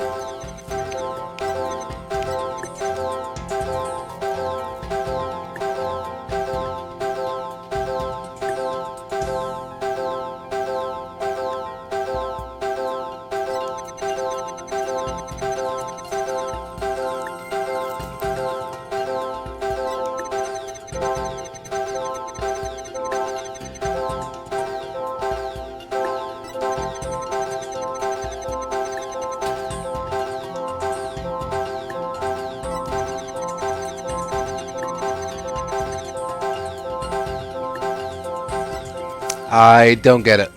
What the? How are we supposed to pick out what's unnatural from this mess? I don't know what we can do with this either. This must be his defenses against your ability. So you think this is what he meant by what he's really capable of? I had to know what's going on inside that guy's head. Well, we know he's hiding something, and that he feels threatened by Athena. Being only human, his true feelings and emotion he can't completely conceal must be hidden somewhere in his testimony.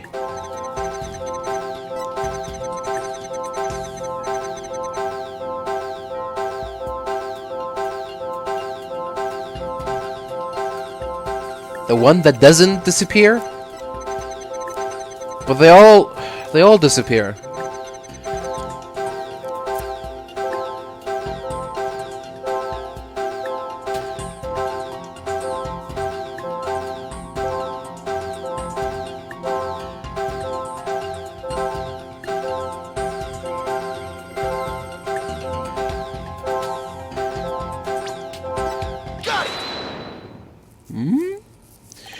I found it. I found the one emotion you're truly feeling. What? Hidden in the middle of that chaotic storm, I saw one emotion that never disappeared. When he talked about the moon rock, you felt a fear that wouldn't fade. Fear? Huh. Fear that a man with hardly any emotions feels, huh? And it was a response to that moon rock. Detective Fulbright, I presume you feel fear concerning the moon rock because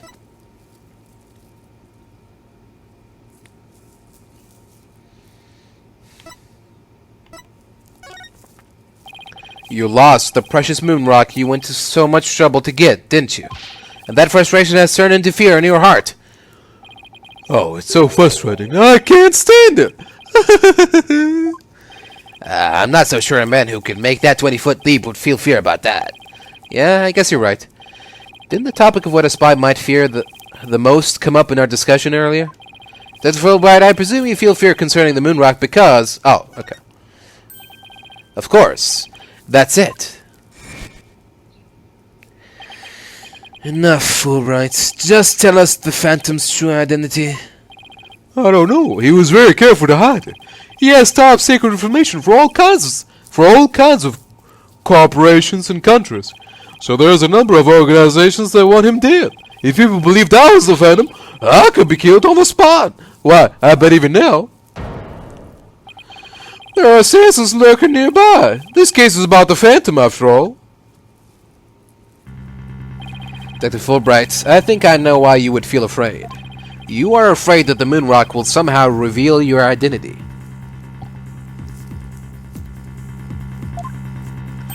But if his identity were revealed, he would be killed immediately. That's certainly enough to make even the Phantom feel afraid. me? Afraid? I don't know what you're talking about. So, there really is something about the moon rock that would reveal his identity. Apparently so. Wait a minute. Maybe the Phantom didn't so much steal the moon rock, but more like he had to take it with him. Because there was something on it that would reveal his true identity?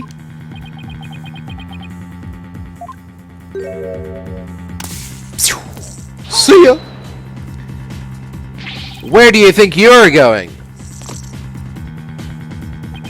Me? I'm not going anywhere. It's just me, or is he going to use that weird watch thing to try to get away? How many more of those toys does he have? And where can I get myself some? Dr. Fulbright, you will answer honestly to the score right now. Why do you feel fear in connection with the moon rock? In justice we trust, not emotions, Mr. Lawyer. Evidence is everything. I'm the Phantom because I'm afraid. Don't make me laugh. Ow! What was that just now? But all human beings have hearts and experience emotions. Sometimes analyzing a case from the psychological perspective is the best way to find the truth. Eek!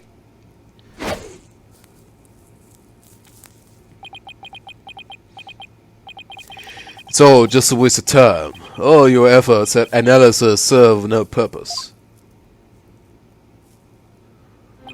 And now, in this dark age of the law, nobody would believe your claim that it's effective. In an era where evidence is fabricated, do you truly expect feelings to be accepted as proof? And where exactly is your proof that I failed the moon rock anyway? Well, I admit I don't have any conventional proof, but I still say examining a person's heart has its merits. Oh, really? Then why don't you listen carefully with those special ears of yours? Listen to the voices of the hearts of the people in the gallery.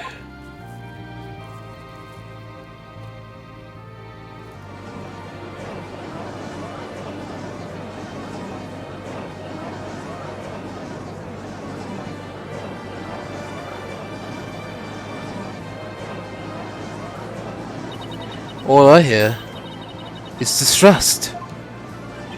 As you can see, the people are on my side.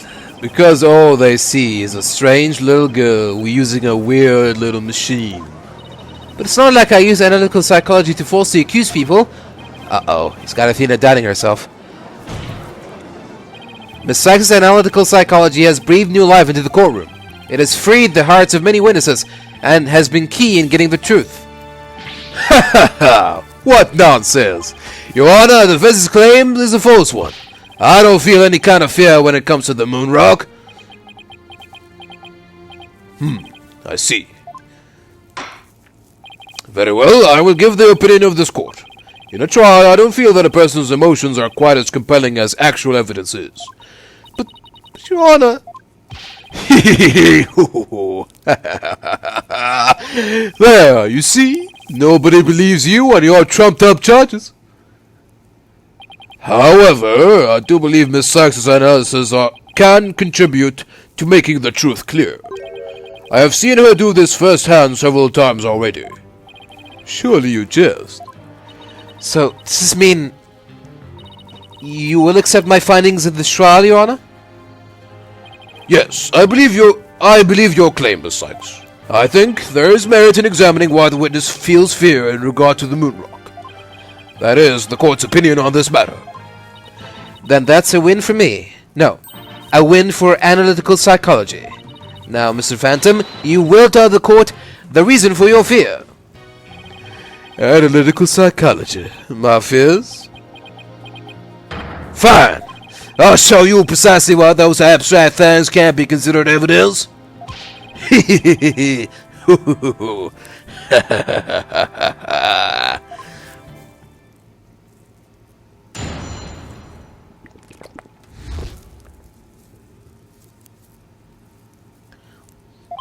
I felt fear when I thought about the moon rock because it reminded me of the Phantom. Yes, I'm very afraid of him because he took my family hostage. What reason would the Phantom have to be afraid of the moon rock? None at all. So, the very fact that I'm afraid of the moon rock means I'm not him. In fact, I'm on the side of justice! And there you have it. Now, do you see why I'm afraid of the moon rock? Sure, you sound convincing enough. But so does any 2-bit con artist. It's all meaningless in the absence of evidence. Bzzz.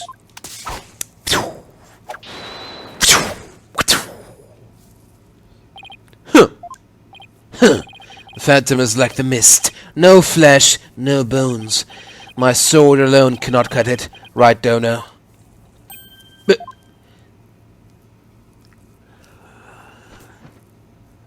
with your deductive reasoning and the body of evidence before us, let us send this miserable Phantom fellow to the other world together. You and I, Prosecutor Blackwell. We have a duty to bring the Phantom down and restore the people's faith in the courts. Indeed, by covering for Athena, I allowed the Phantom to escape. And as a prosecutor, I gave birth to the people's mistrust with my murder conviction. I bear part of the responsibility as well, for being suspected of forging evidence and losing my attorney's badge as a result. The two of us and the Phantom were there at the beginning of the Dark Age of the law. Then it is also our burden to cut away the foul spectre we created, is it not? Until all that remains is the righteousness of the court and the faith of the people.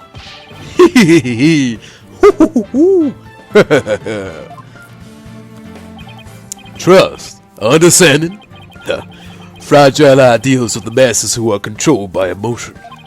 Humans can't truly trust each other, which is exactly why the illusion of trust is so enticing.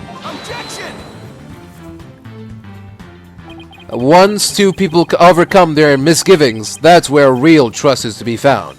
You're free to believe what you want, but trust like that is stronger than you and your lies, always.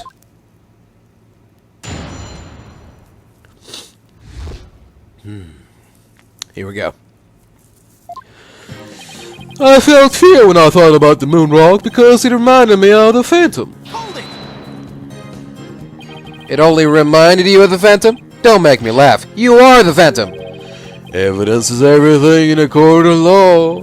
Or did you forget? I was forced to testify over a silly thing like feelings.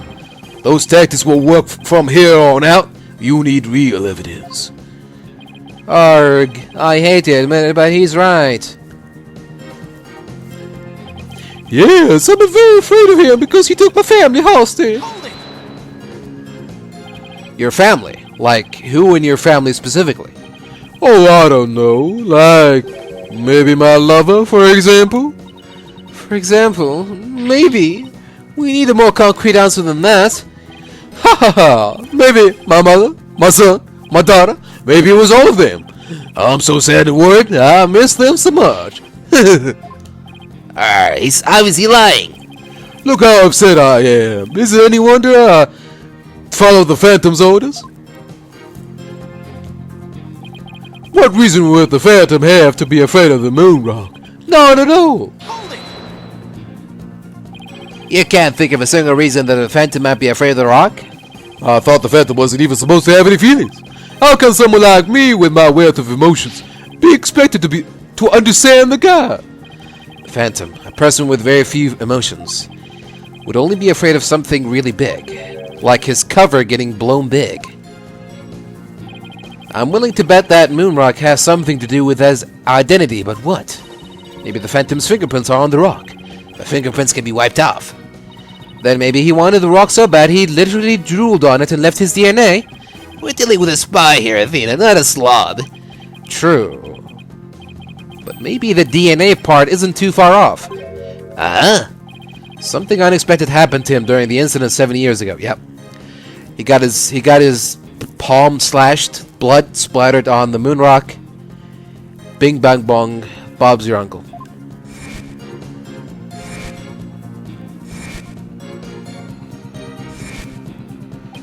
I just know I have something that can show why the Phantom is afraid of the moon rock. I'll just continue with my testimony while y'all pardon me then, if you don't mind. So, the very fact that I'm afraid of the moon rock means I'm not him. Hold it! And how afraid are you exactly? I'm so scared I start to shake even when I see the moon in the sky. Do you shake when you see Miss Sykes' earring? Well, to be honest, since the very first time I met Miss Sykes, I felt more than a little frightened of her. I guess some people just inspire that much fear in others. Mr. Wright, you were thinking something mean-spirited and rude, weren't you? Haha, of course not. Must beef up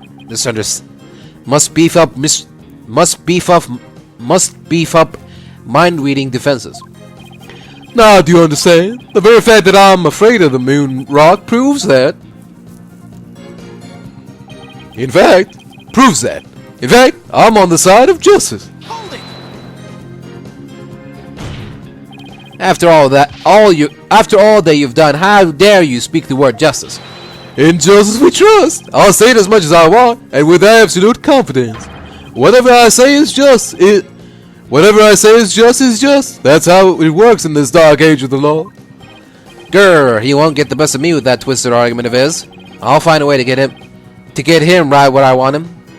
Detective Fulbright, or rather, the Phantom, feels fear in regards to the moon rock. It probably has something to do with being afraid that his true identity will be revealed. Right, so that's why the Phantom had to take the moon rock with him 7 years ago. In that case, if we have something to show the real cause of Fulbright's fear, we just might be able to expose his true identity.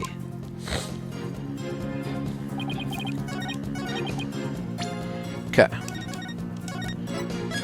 Let's see what we can present here.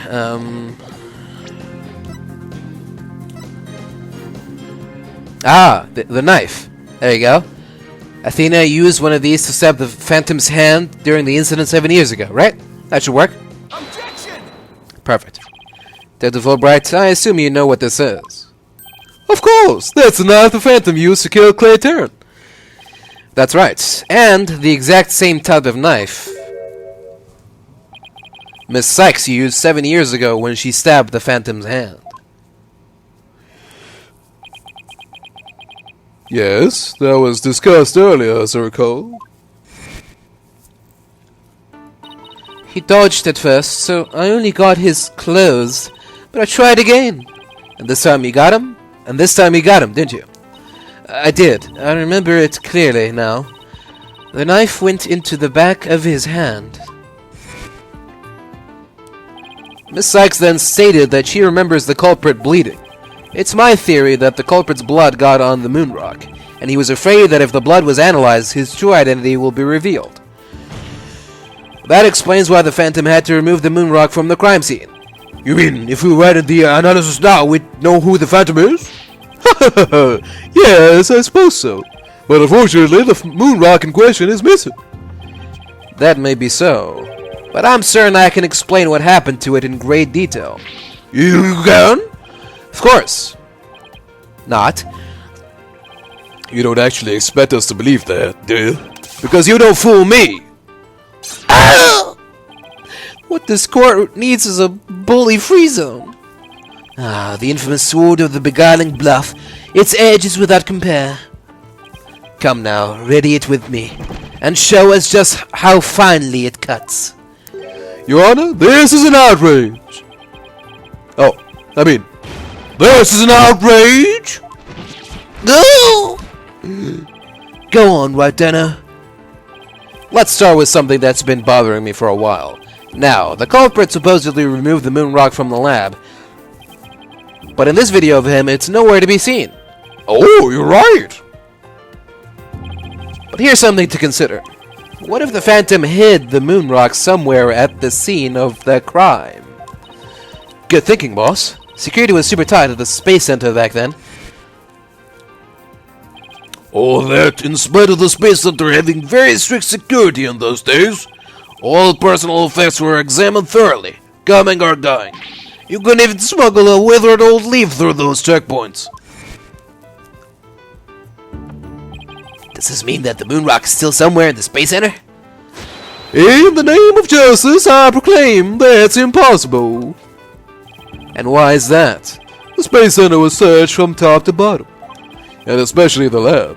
But the moon rock was never found. How can I forget about that? A sad but true fact. We still haven't a grasp on how it was done. But the Phantom made the moon rock vanish into the ether. There's no way it just disappeared. Logic and evidence tells us otherwise. The Phantom didn't have the moon rock on him when he left the lab. Yet, a thorough police search didn't turn up anything. And it never turned up in the 7 years after that either. The Phantom made the rock disappear without physically removing it himself. But how? There must have been a way. Think, Venus, think!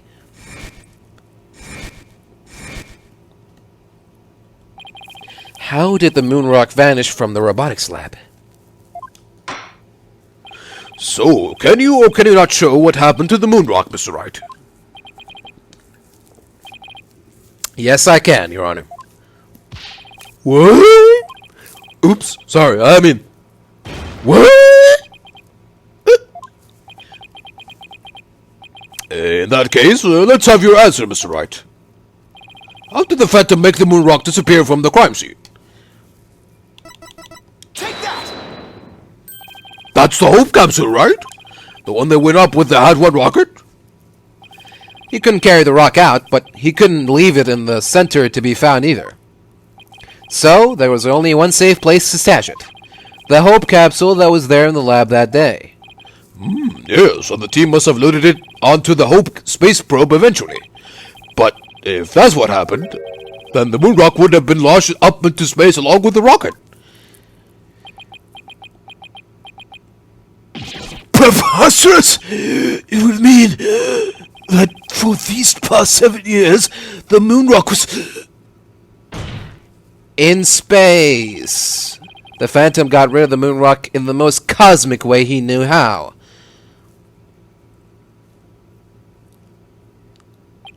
It was out there in the depths of space. Aboard the Hope space probe. What?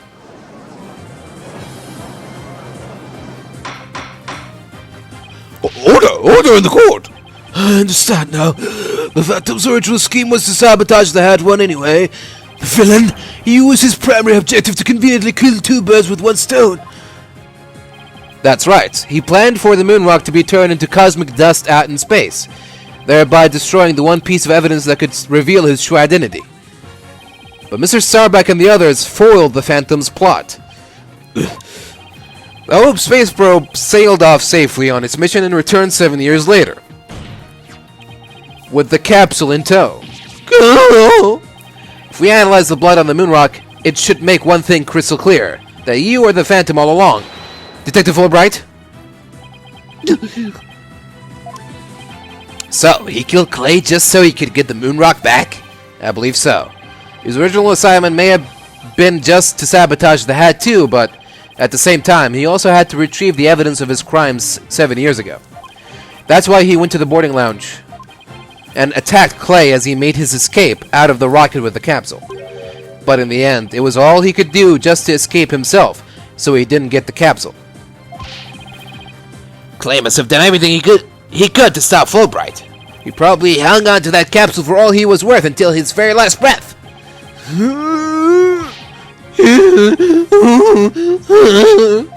Oh, this is so funny. You make me laugh. You really do. Boy, he's totally out of whack now.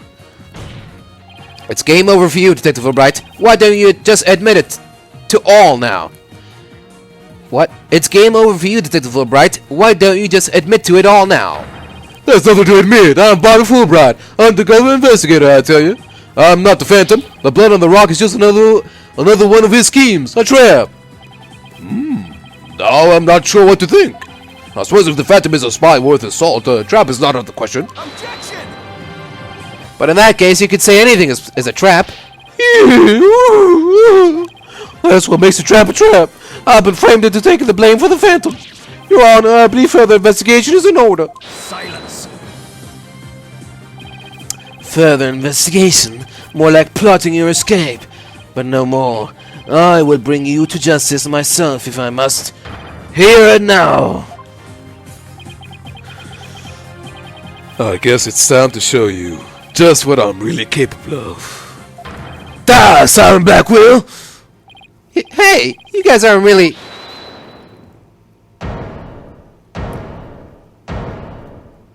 Yo! Oh. It looks like I made it just in time. Edgeworth. I have good news for you, Mr. Wright. I have uncovered some very crucial facts. Did you find something out about the Phantom's true identity? You might say that. I started by looking into the first people on the scene 7 years ago. All three, an employee and 2 officers, were registered in the robot's recognition systems, but none of them looked the least bit like Detective Fulbright. That's not good. But there's more. I have yet to share my most important finding. Mr. Wright, Prosecutor Blackwell, you'd best brace yourselves.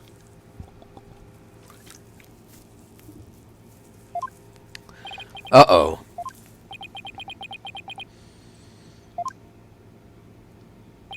The man you see there before you, Bobby Fulbright, is already long dead. What's that supposed to mean? An unidentified body that was found a year ago has now been proven to possess Bobby Fulbright's fingerprints. Then does this mean... Yes, that man there is an imposter pretending to be Bobby Fulbright. An imposter?! Then this man, who in the world is he? Enough of your trickery. If you will not reveal yourself to us, then I shall do it for you.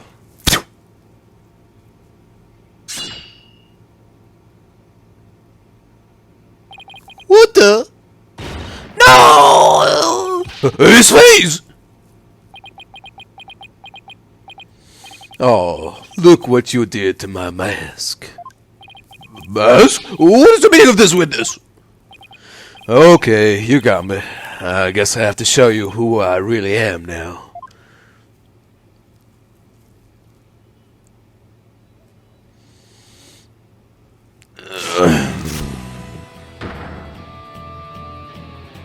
Wait, but that's... Hey, Apollo, yeah, it's me, Solomon Starbuck. Mr. Starbuck? But that can't be right. You can't really be the Phantom, can you? Silence! Of course not. The real Starbuck was aboard the Hat 1, which was set to be destroyed. Yeah, this is just another mask. I mean, didn't I tell you? I'm an undercover investigator. I can change identities at will. I can be anyone I want. Not so fast. I have the Phantom Psych Profile right here. If we compile a Psych Profile on you and compare the results, it will prove that you are the Phantom.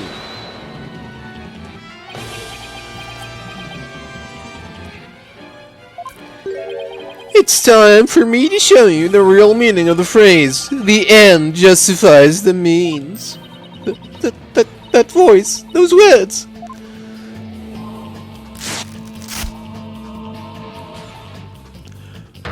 I cannot accept such evidence here, Miss Sykes.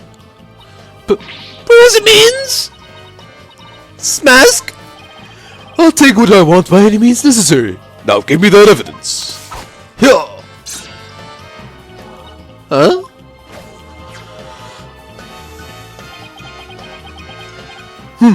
Time to take out the trash. Permanently. How could you? Now do you see how powerful the end justifies the means can be? Silence. How pathetic. You can't even speak without wearing another man's face. Ah, but that's the life of an undercover agent for you. My real face has no meaning or value to me at all. Or perhaps it is really the case that you don't even know who you are anymore. What must you see when you look in a mirror, Mr. Phantom? Not an awful lot, I'd wager. Well, aren't you just the master of psychology, Blackwell? That's right, I don't know who I am. I am always living as someone else for my assignments. I don't remember what my face looks like. Or even what my personality was like. My face, memories, personality, beliefs, emotions, and soul. I left them all behind. I have no self. I am no one. I am nothing but an endless abyss. What's with this guy? Is he even still human? And now we resume with your lesson, Professor Wright. Huh? I believe you made this argument earlier. If you were to analyze the blood on the moon rock, you could prove that I am the Phantom. I believe there was blood on the moon rock in that capsule. Now that we know you aren't even Bobby Fulbright, your claims of a phantom trap won't work anymore. Then why don't you bring this moon rock in? This decisive evidence from the Hope capsule. I think I will do just that. Get ready, because the Hope capsule is about to seal your... Yeah. Fudge! It got blown up. It was a courtroom bombing from the other day. The capsule was there in the courtroom as evidence. It was blown to smithereens. Looks like you have finally caught on. Full marks for the defense for effort. But what a shame your hope was lost in that courtroom explosion.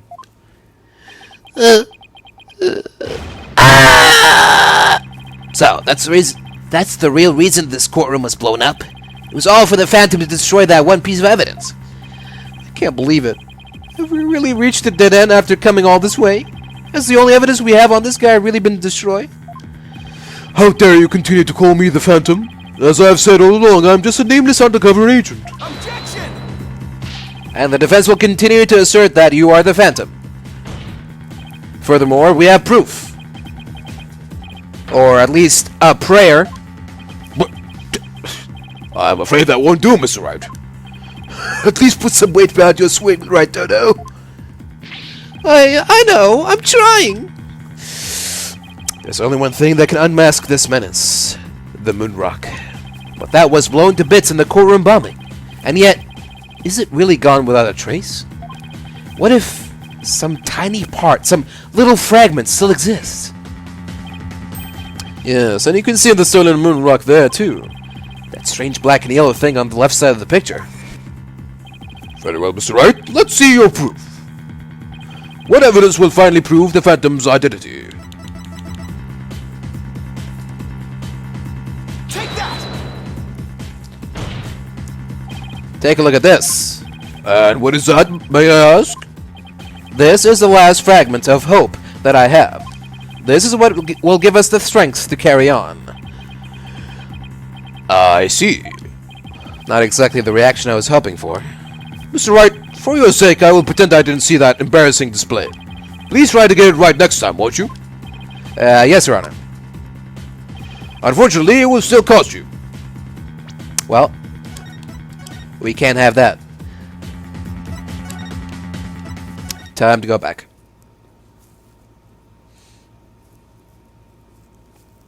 Okay. I guess I jumped the gun on that one.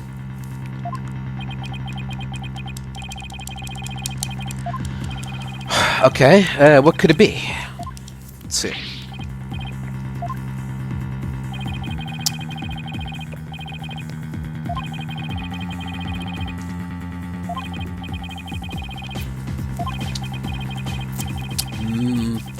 Little fragments still exist.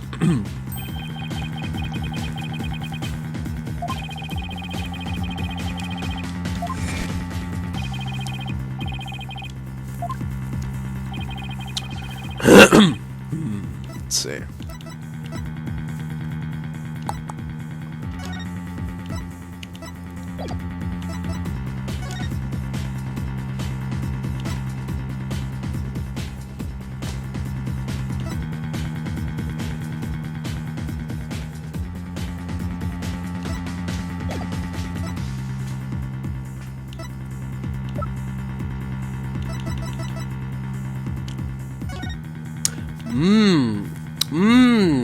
There we go, 7K. Take that! Isn't that the bomb that blew up the courtroom? And the moon rock along with it? Are you saying this will reveal the Phantom's identity? Yes, Your Honor. Focus your attention on this photo taken after the bombing, specifically right here. Please take a look at this newspaper article.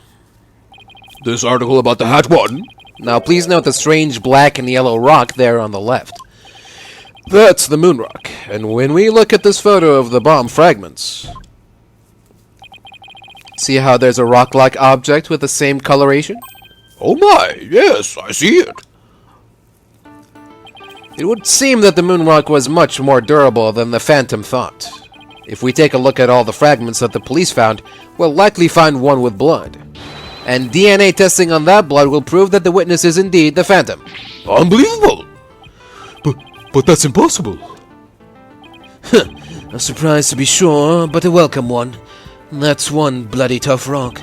Let us have the fragments tested straight away. Oh, and you'll be having a DNA test too, Fulbright. Bailiff, contact the police department immediately and order the testing.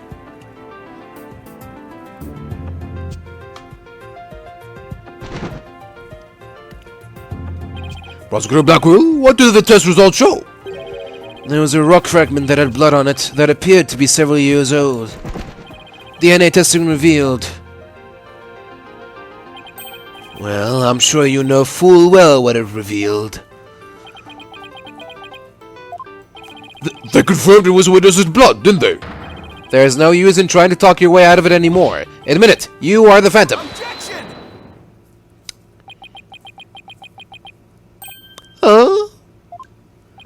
Mr. Wright, did you just raise an objection to yourself? No, I didn't say a word. That was my objection, Apollo. Huh?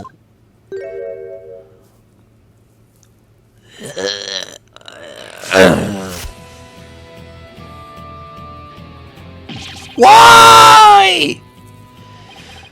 It was a pretty good objection, too, don't you think? No, he's me. So, did you have an objection or not, Mr. Wright? Huh? No, not really, Your Honor. No, not you, Mr. Wright. I mean Mr. Wright. Could this rock get any more insane? Mr. Wright, this fragment of rock in the photograph, and those just like it, how can you be sure they're pieces of the same moon rock that was at the robotics lab? Care to explain what you mean? Well, there may have been a rock or two in the courtroom that had my blood on it, but how do you know they're not just rocks? You can't prove they're the moon rocks, right? Objection! Don't be absurd. Just compare the fragment with the rock in the newspaper article. Anybody can see they're the same. They have the exact same coloration. Objection! But maybe some other rock with the same coloration happened to be in the courtroom. It's highly unlikely a rock with such a unique appearance just happened to be here. But you can't deny it's a possibility. Objection! But your blood was found on one of the fragments. Apollo, there's nothing suspicious about my blood being on a piece of rock. And why not? I know it sounds like an excuse, but... Several years ago, I tripped and fell in this very courtroom and was hurt pretty badly. Maybe that's how my blood found its way onto a piece of rubble? Even he must realize how ridiculous that sounds. And yet, I suppose it's not completely out of the question. I see you're starting to sweat, Mr. Wright. I thought that the worst of times are when lawyers have to force their biggest smiles. You're the last person I want to hear that from. Well, then, why don't we get those fragments analyzed? We could ask an expert to verify if they were from the moon rock in the robotics lab or not. I'm sorry, but I'm afraid that just isn't going to be possible. And why not? In order to prove that the fragments are from what you say they are from, you'd need a sample of the moon rock from 7 years ago to compare it with. But that moon rock doesn't exist anymore, and there's no sample data left either. So you see, short of going back in time, there's no way to prove that any of the fragments are from that moon rock.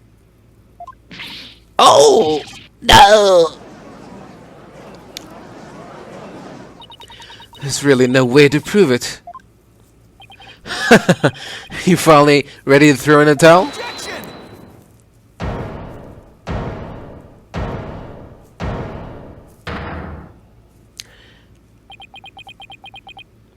So, the moon rock doesn't exist anymore, huh? That's right. It was such a valuable rock, too. A shame, really. But it's lost to us forever. He's wrong. It's not completely lost. There's another piece of it, right here by our side. A shining fragment of hope that can turn everything around. The final piece of evidence to put this phantom away for good. The defense has a piece of evidence that completely contradicts your claim. You have what now? A final fragment of hope that was passed down with great love and care. We do? We do. Even if the person holding it hasn't realized it yet. Is this true, Mr. Wright? Pay no attention to him, Your Honor.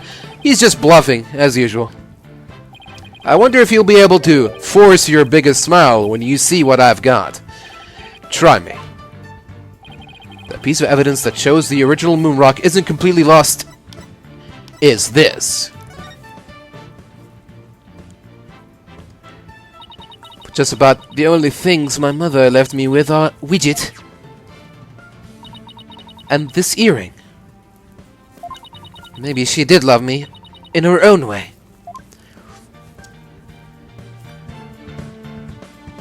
Athena, you may not know it, but your mother left with you a very important piece of evidence.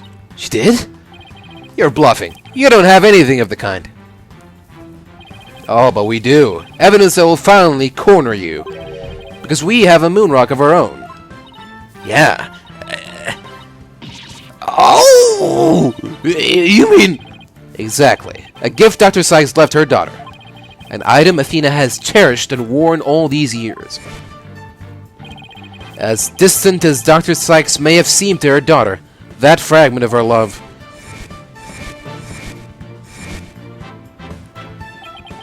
will shake off the darkness of the past and give us all hope for the future. This is the defense's sample of the moon rock. That's your sample? This earring that Miss Sykes always wears was made from that original moon rock. What? All this time? Was right here all along?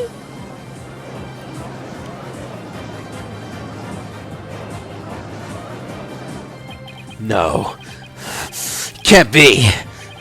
The composition of the bombed fragments and the earring are found to be a match. Then it will prove beyond the shadow of a doubt the origin of the fragment in this photo.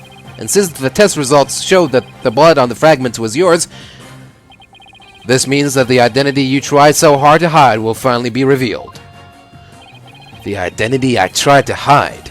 I don't have an identity to hide. I may not have Athena's ears, but now, even I can hear the fear in your voice.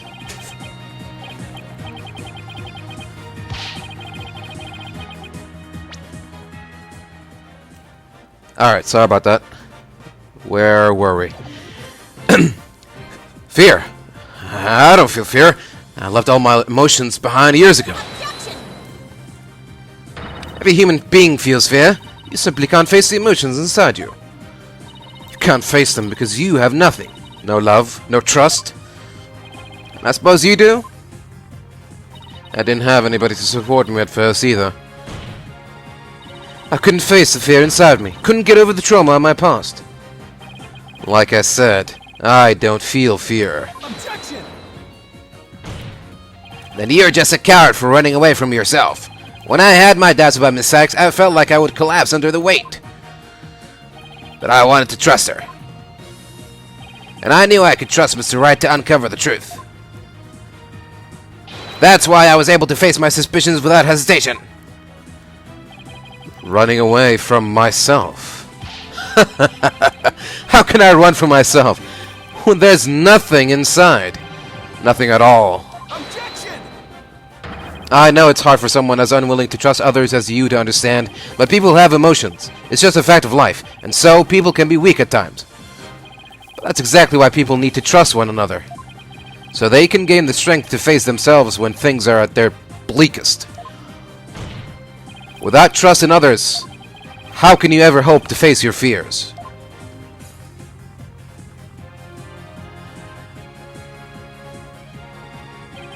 The fear inside of me? Is this... No. I'm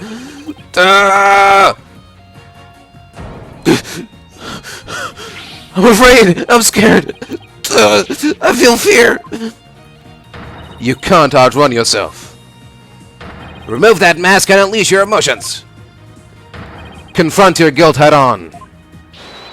With your own true face.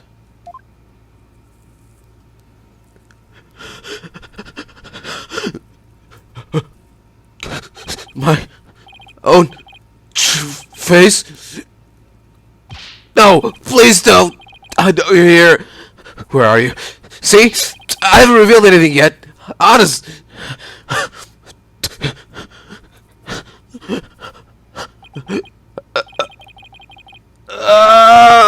My own true face. I don't have one. My face. My face. My face.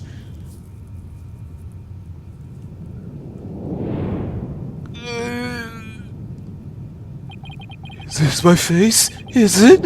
Is it? No, that's not it. No! This isn't me either. Is this me? Which one is my face? What am I? Who am I?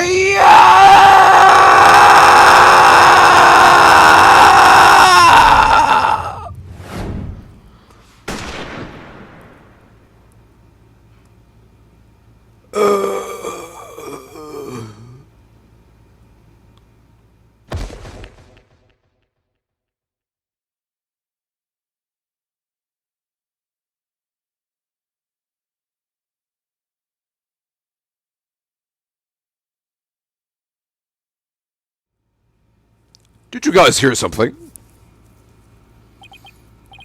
Shudder, a sniper attack in this very courtroom. It chills me to my bones. But the police are doing everything they can to track down the sniper as we speak. Prosecutor Blackwell, how is Detective Fulbright? His imposter, doing? He's a lucky fellow. The bullet didn't hit any vital organs. He appears to be in no danger of dying. Well, that was fortunate for all of us. The analysis of that final piece of evidence Wright Donor submitted is in. The composition of Miss Sykes' earring and the fragment with the blood on it match. We can now be certain that it is a fragment of the moon rock in question. The murders and bombings at the Space Center, both past and present. The bombing of courtroom number 4 and all of his other crimes, as numerous as the stars. Under suspicion of all of these things, the spy known as the Phantom has been incarcerated. The prosecutor's office is now responsible for his well-being. There are still a myriad of things we wish him to tell us about, after all. Thank you, Prosecutor Blackwell. Well, it's time to finally bring this trial to an end. But, before I do, will the defendant please return to her proper place? Yes, Your Honor.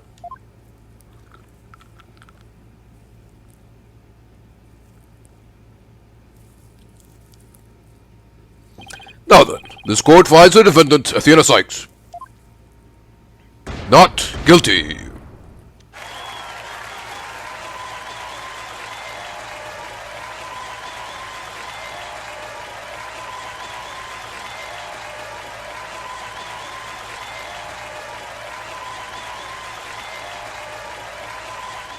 Court is adjourned.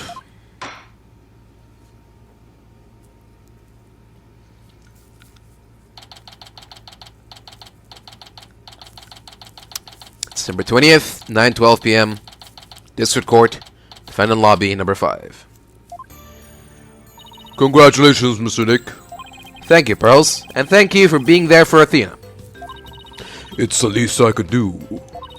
But Athena was great, wasn't she? She was so strong throughout the whole trial. Daddy, I'm so glad to see you. Tracy, are you alright? Are you hurt? I'm fine, Daddy. I was doing magic tricks for the other hostages to keep our spirits up. That's our Tracy for you. I'm really glad to see you're safe.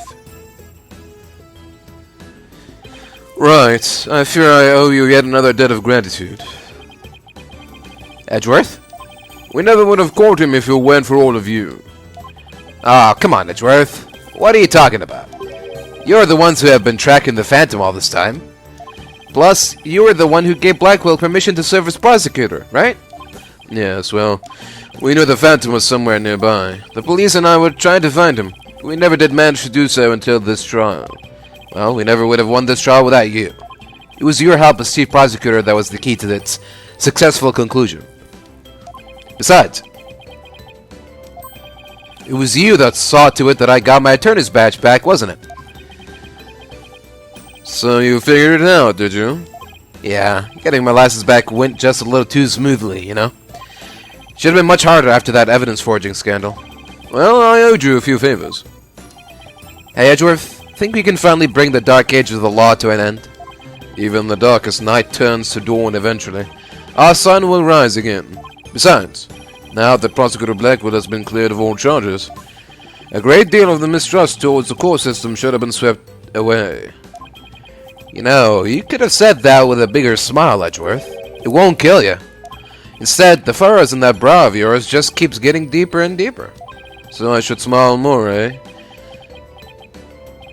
I'll think about it. Ah, the complicated love-hate relationship between lifelong rivals.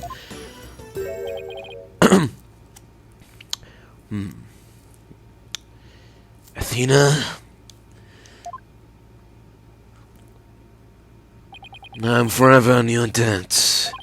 You went to all that trouble, even taking the bar exam while you were overseas. Well, I knew that if I didn't get your sentence overturned fast, you'd be executed. So I studied and studied. I was frantic. I'm so glad I made it in time.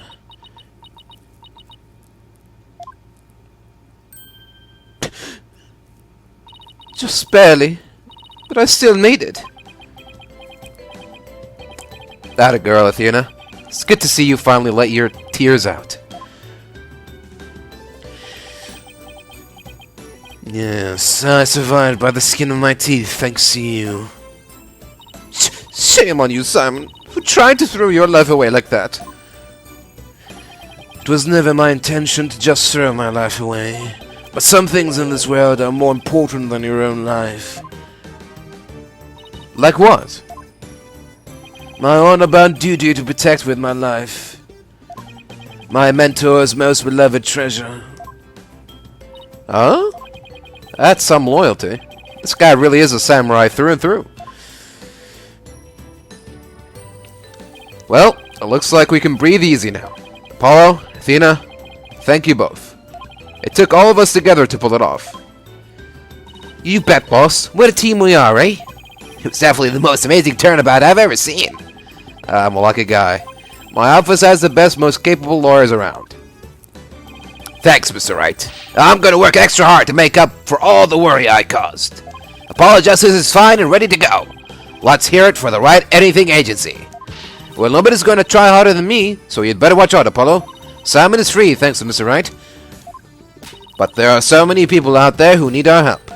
You're right, and I'll be needing you both to help them. We still have a long way to go.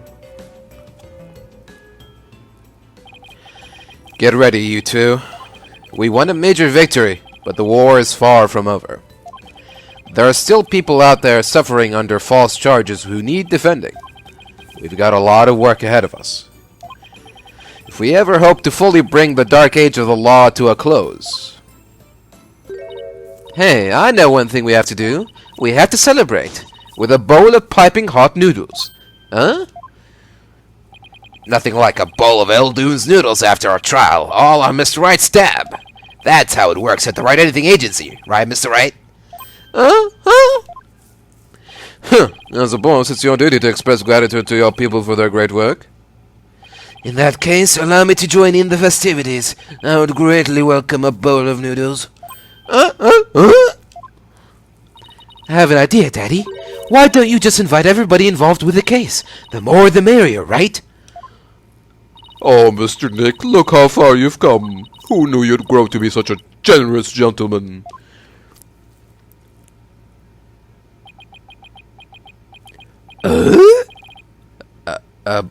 Guys? Under these circumstances, there's only one thing I can say. Only if I get to join in. Hey, no fair. I want to say it too. Okay, here we go. Objection!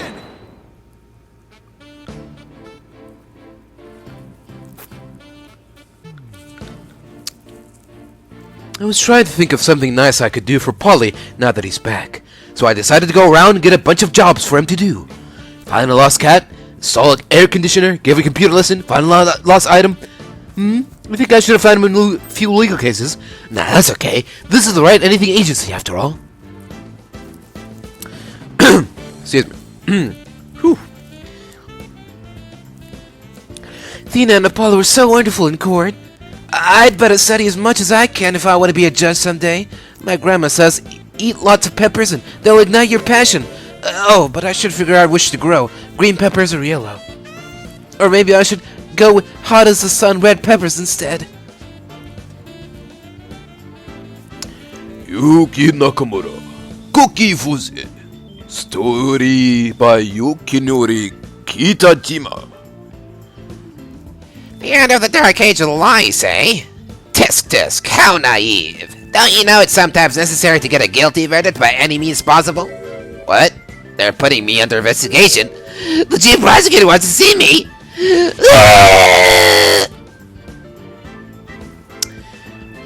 Yuriki Daigo.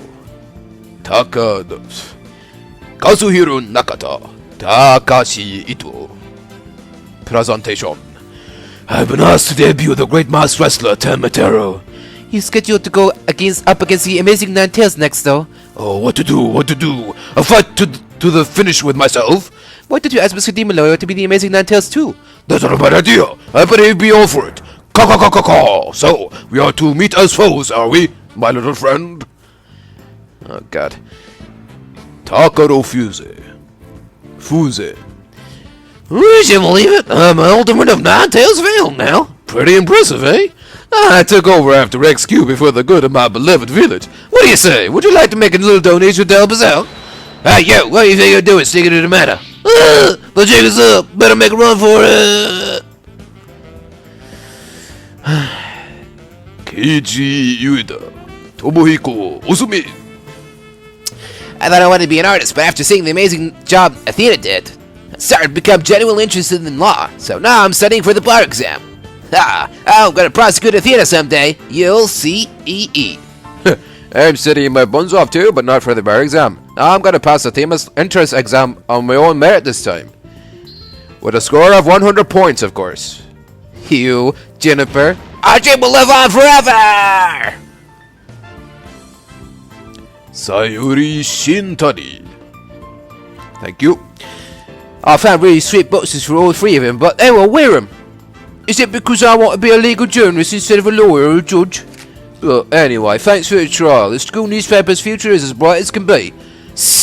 Now let's see what the fresh blood have to say in the new school paper. Our editor cried so hard at graduation rehearsal her cardboard box got soggy.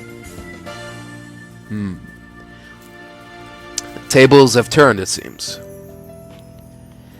The one night only reunion concert. I still remember that evening of passion. The president of the student council sang like no high school student I've ever heard. When she's a judge in her own court someday, I'd like to have a jam session with her. It would be the coolest trial ever, yeah? I can already hear it now. Where the fuck has he been this whole time? I gave this place a good cleaning from top to bottom, but it's already a mess again. I guess the only thing I can do now is clean up the attitudes of the people in this office. With Mystic Mai due to come here once her training is over, it simply must be done. Interesting. Special effects. Atsushi Takai. Humanity's dreams for outer space will never die. In fact, planning for the Hit 3 rocket has already officially begun. Look upon me, people of this great nation, and witness the glory of your cosmos. What do you... Oh, Director! Yes. Rocket preparations are fully complete. Yes. You just leave everything to me. Assistant Director Yuri Cosmos. Oh. He's been demoted? Who's the director now? I'm going to the moon in the new rocket. If Athena or Mami Midas came to the moon, I would love to show them around. But which is more interesting? Montes Peroinus or the Mare Tranquillitatis? You think they would like either one? Yay! Hooray! I wonder how Miss Aura is doing. I'd rather be near Miss Aura than on the moon. Oh, Miss Aura, I just want you to use me again like you used to. Ooh. Got some Stockholm Syndrome here. Ready for launch? 5, 4, 3, 2, 1. Lift off! I'm going to the moon for real this time, for me and for Clay. Thanks to my lowers, I know now I should never give up. But I'm worried. You can't breathe in space, and in fact, it's cold as heck. Oh man, now I'm getting real nervous.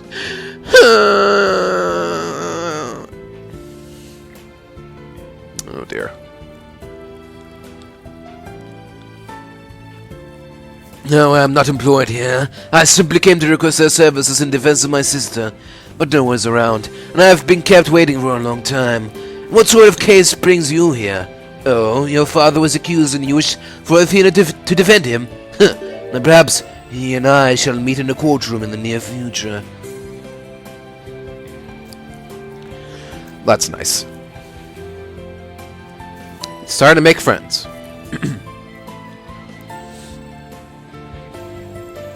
I look forward to your next month's salary assessment. Please forgive me! Blackwell's acquittal has brought all manner of ills in the prosecutor's office tonight. It would seem solving that case has thawed the chill of winter into the warmth of spring. Now I owe Wright yet another debt of gratitude, but I will repay him one day. You can trust in that. Utohide Ishiro, producer. Oh, that's it? Alright then. Cup of Tea Productions Inc. Cool.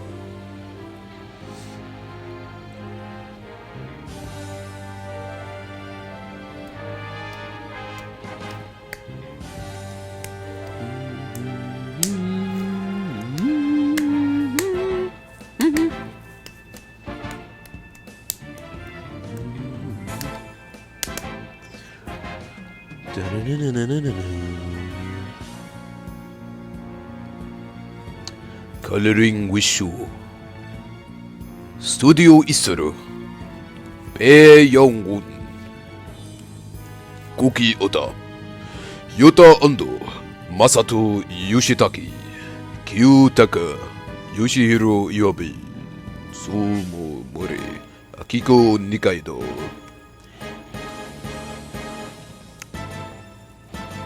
K2 Co Limited Mitsunori Sasaki Yasushi Haraguchi Tetsuya Dekuchi Kinta Katsushima Hiroyuki Ishiguro Iri Ikawa Hiroshi Hiroguchi Sojiro Kubo Makoto Watanabe Yoko Oka 7070 Launch Trailer Unamuji Hasunuma Shingo Ito Hiroaki Iwai Takami Taki Tomohiro Ago Yasusuri Sawada Yukiko Sasaki Ayako Yoshioka Yumi Atawa Miyuki Nakajima Mayumi Nishida Yuji Okita Yusuke Hisahori Daisuke Tanaka Promotional Japano Yuko Osaki Tatsuya Tabuchi Norio Tanaka Yuhei Kubuta Tomoiza Suzuki Naoki Tsuchiya Special thanks to Kazuera Niuri Satumi Hayashi Saki Kawano Grant Luku Antoine Molanto Alex excuse me Lami Font Designo by Fonto Okoso Inc. The type of faces included herein are solely developed by Tanaka Capcom Ko Rimetodo. Hi.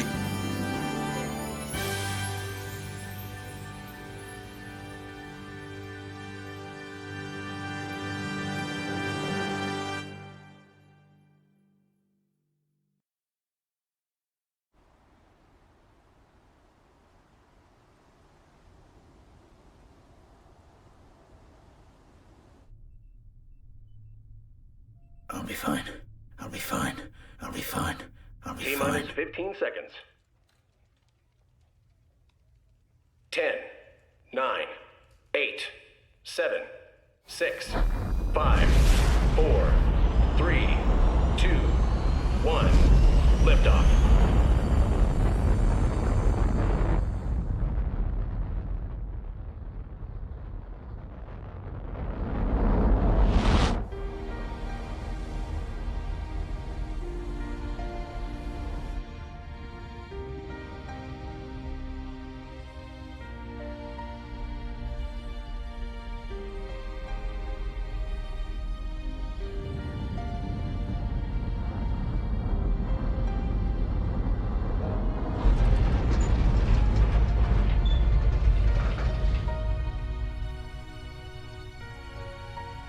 Mr. Starbuck! You'll be fine! Just believe in yourself! The moon's closer than you think!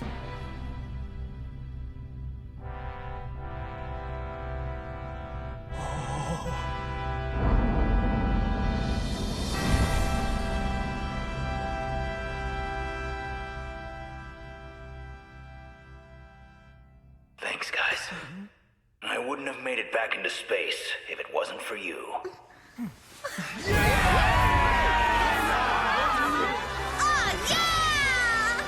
All right!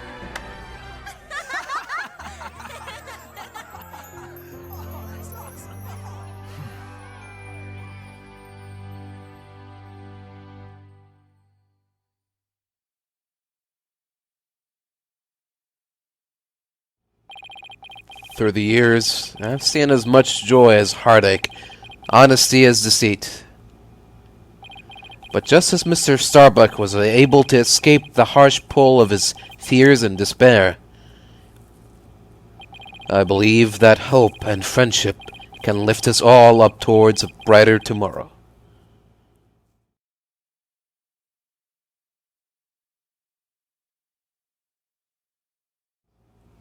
Gay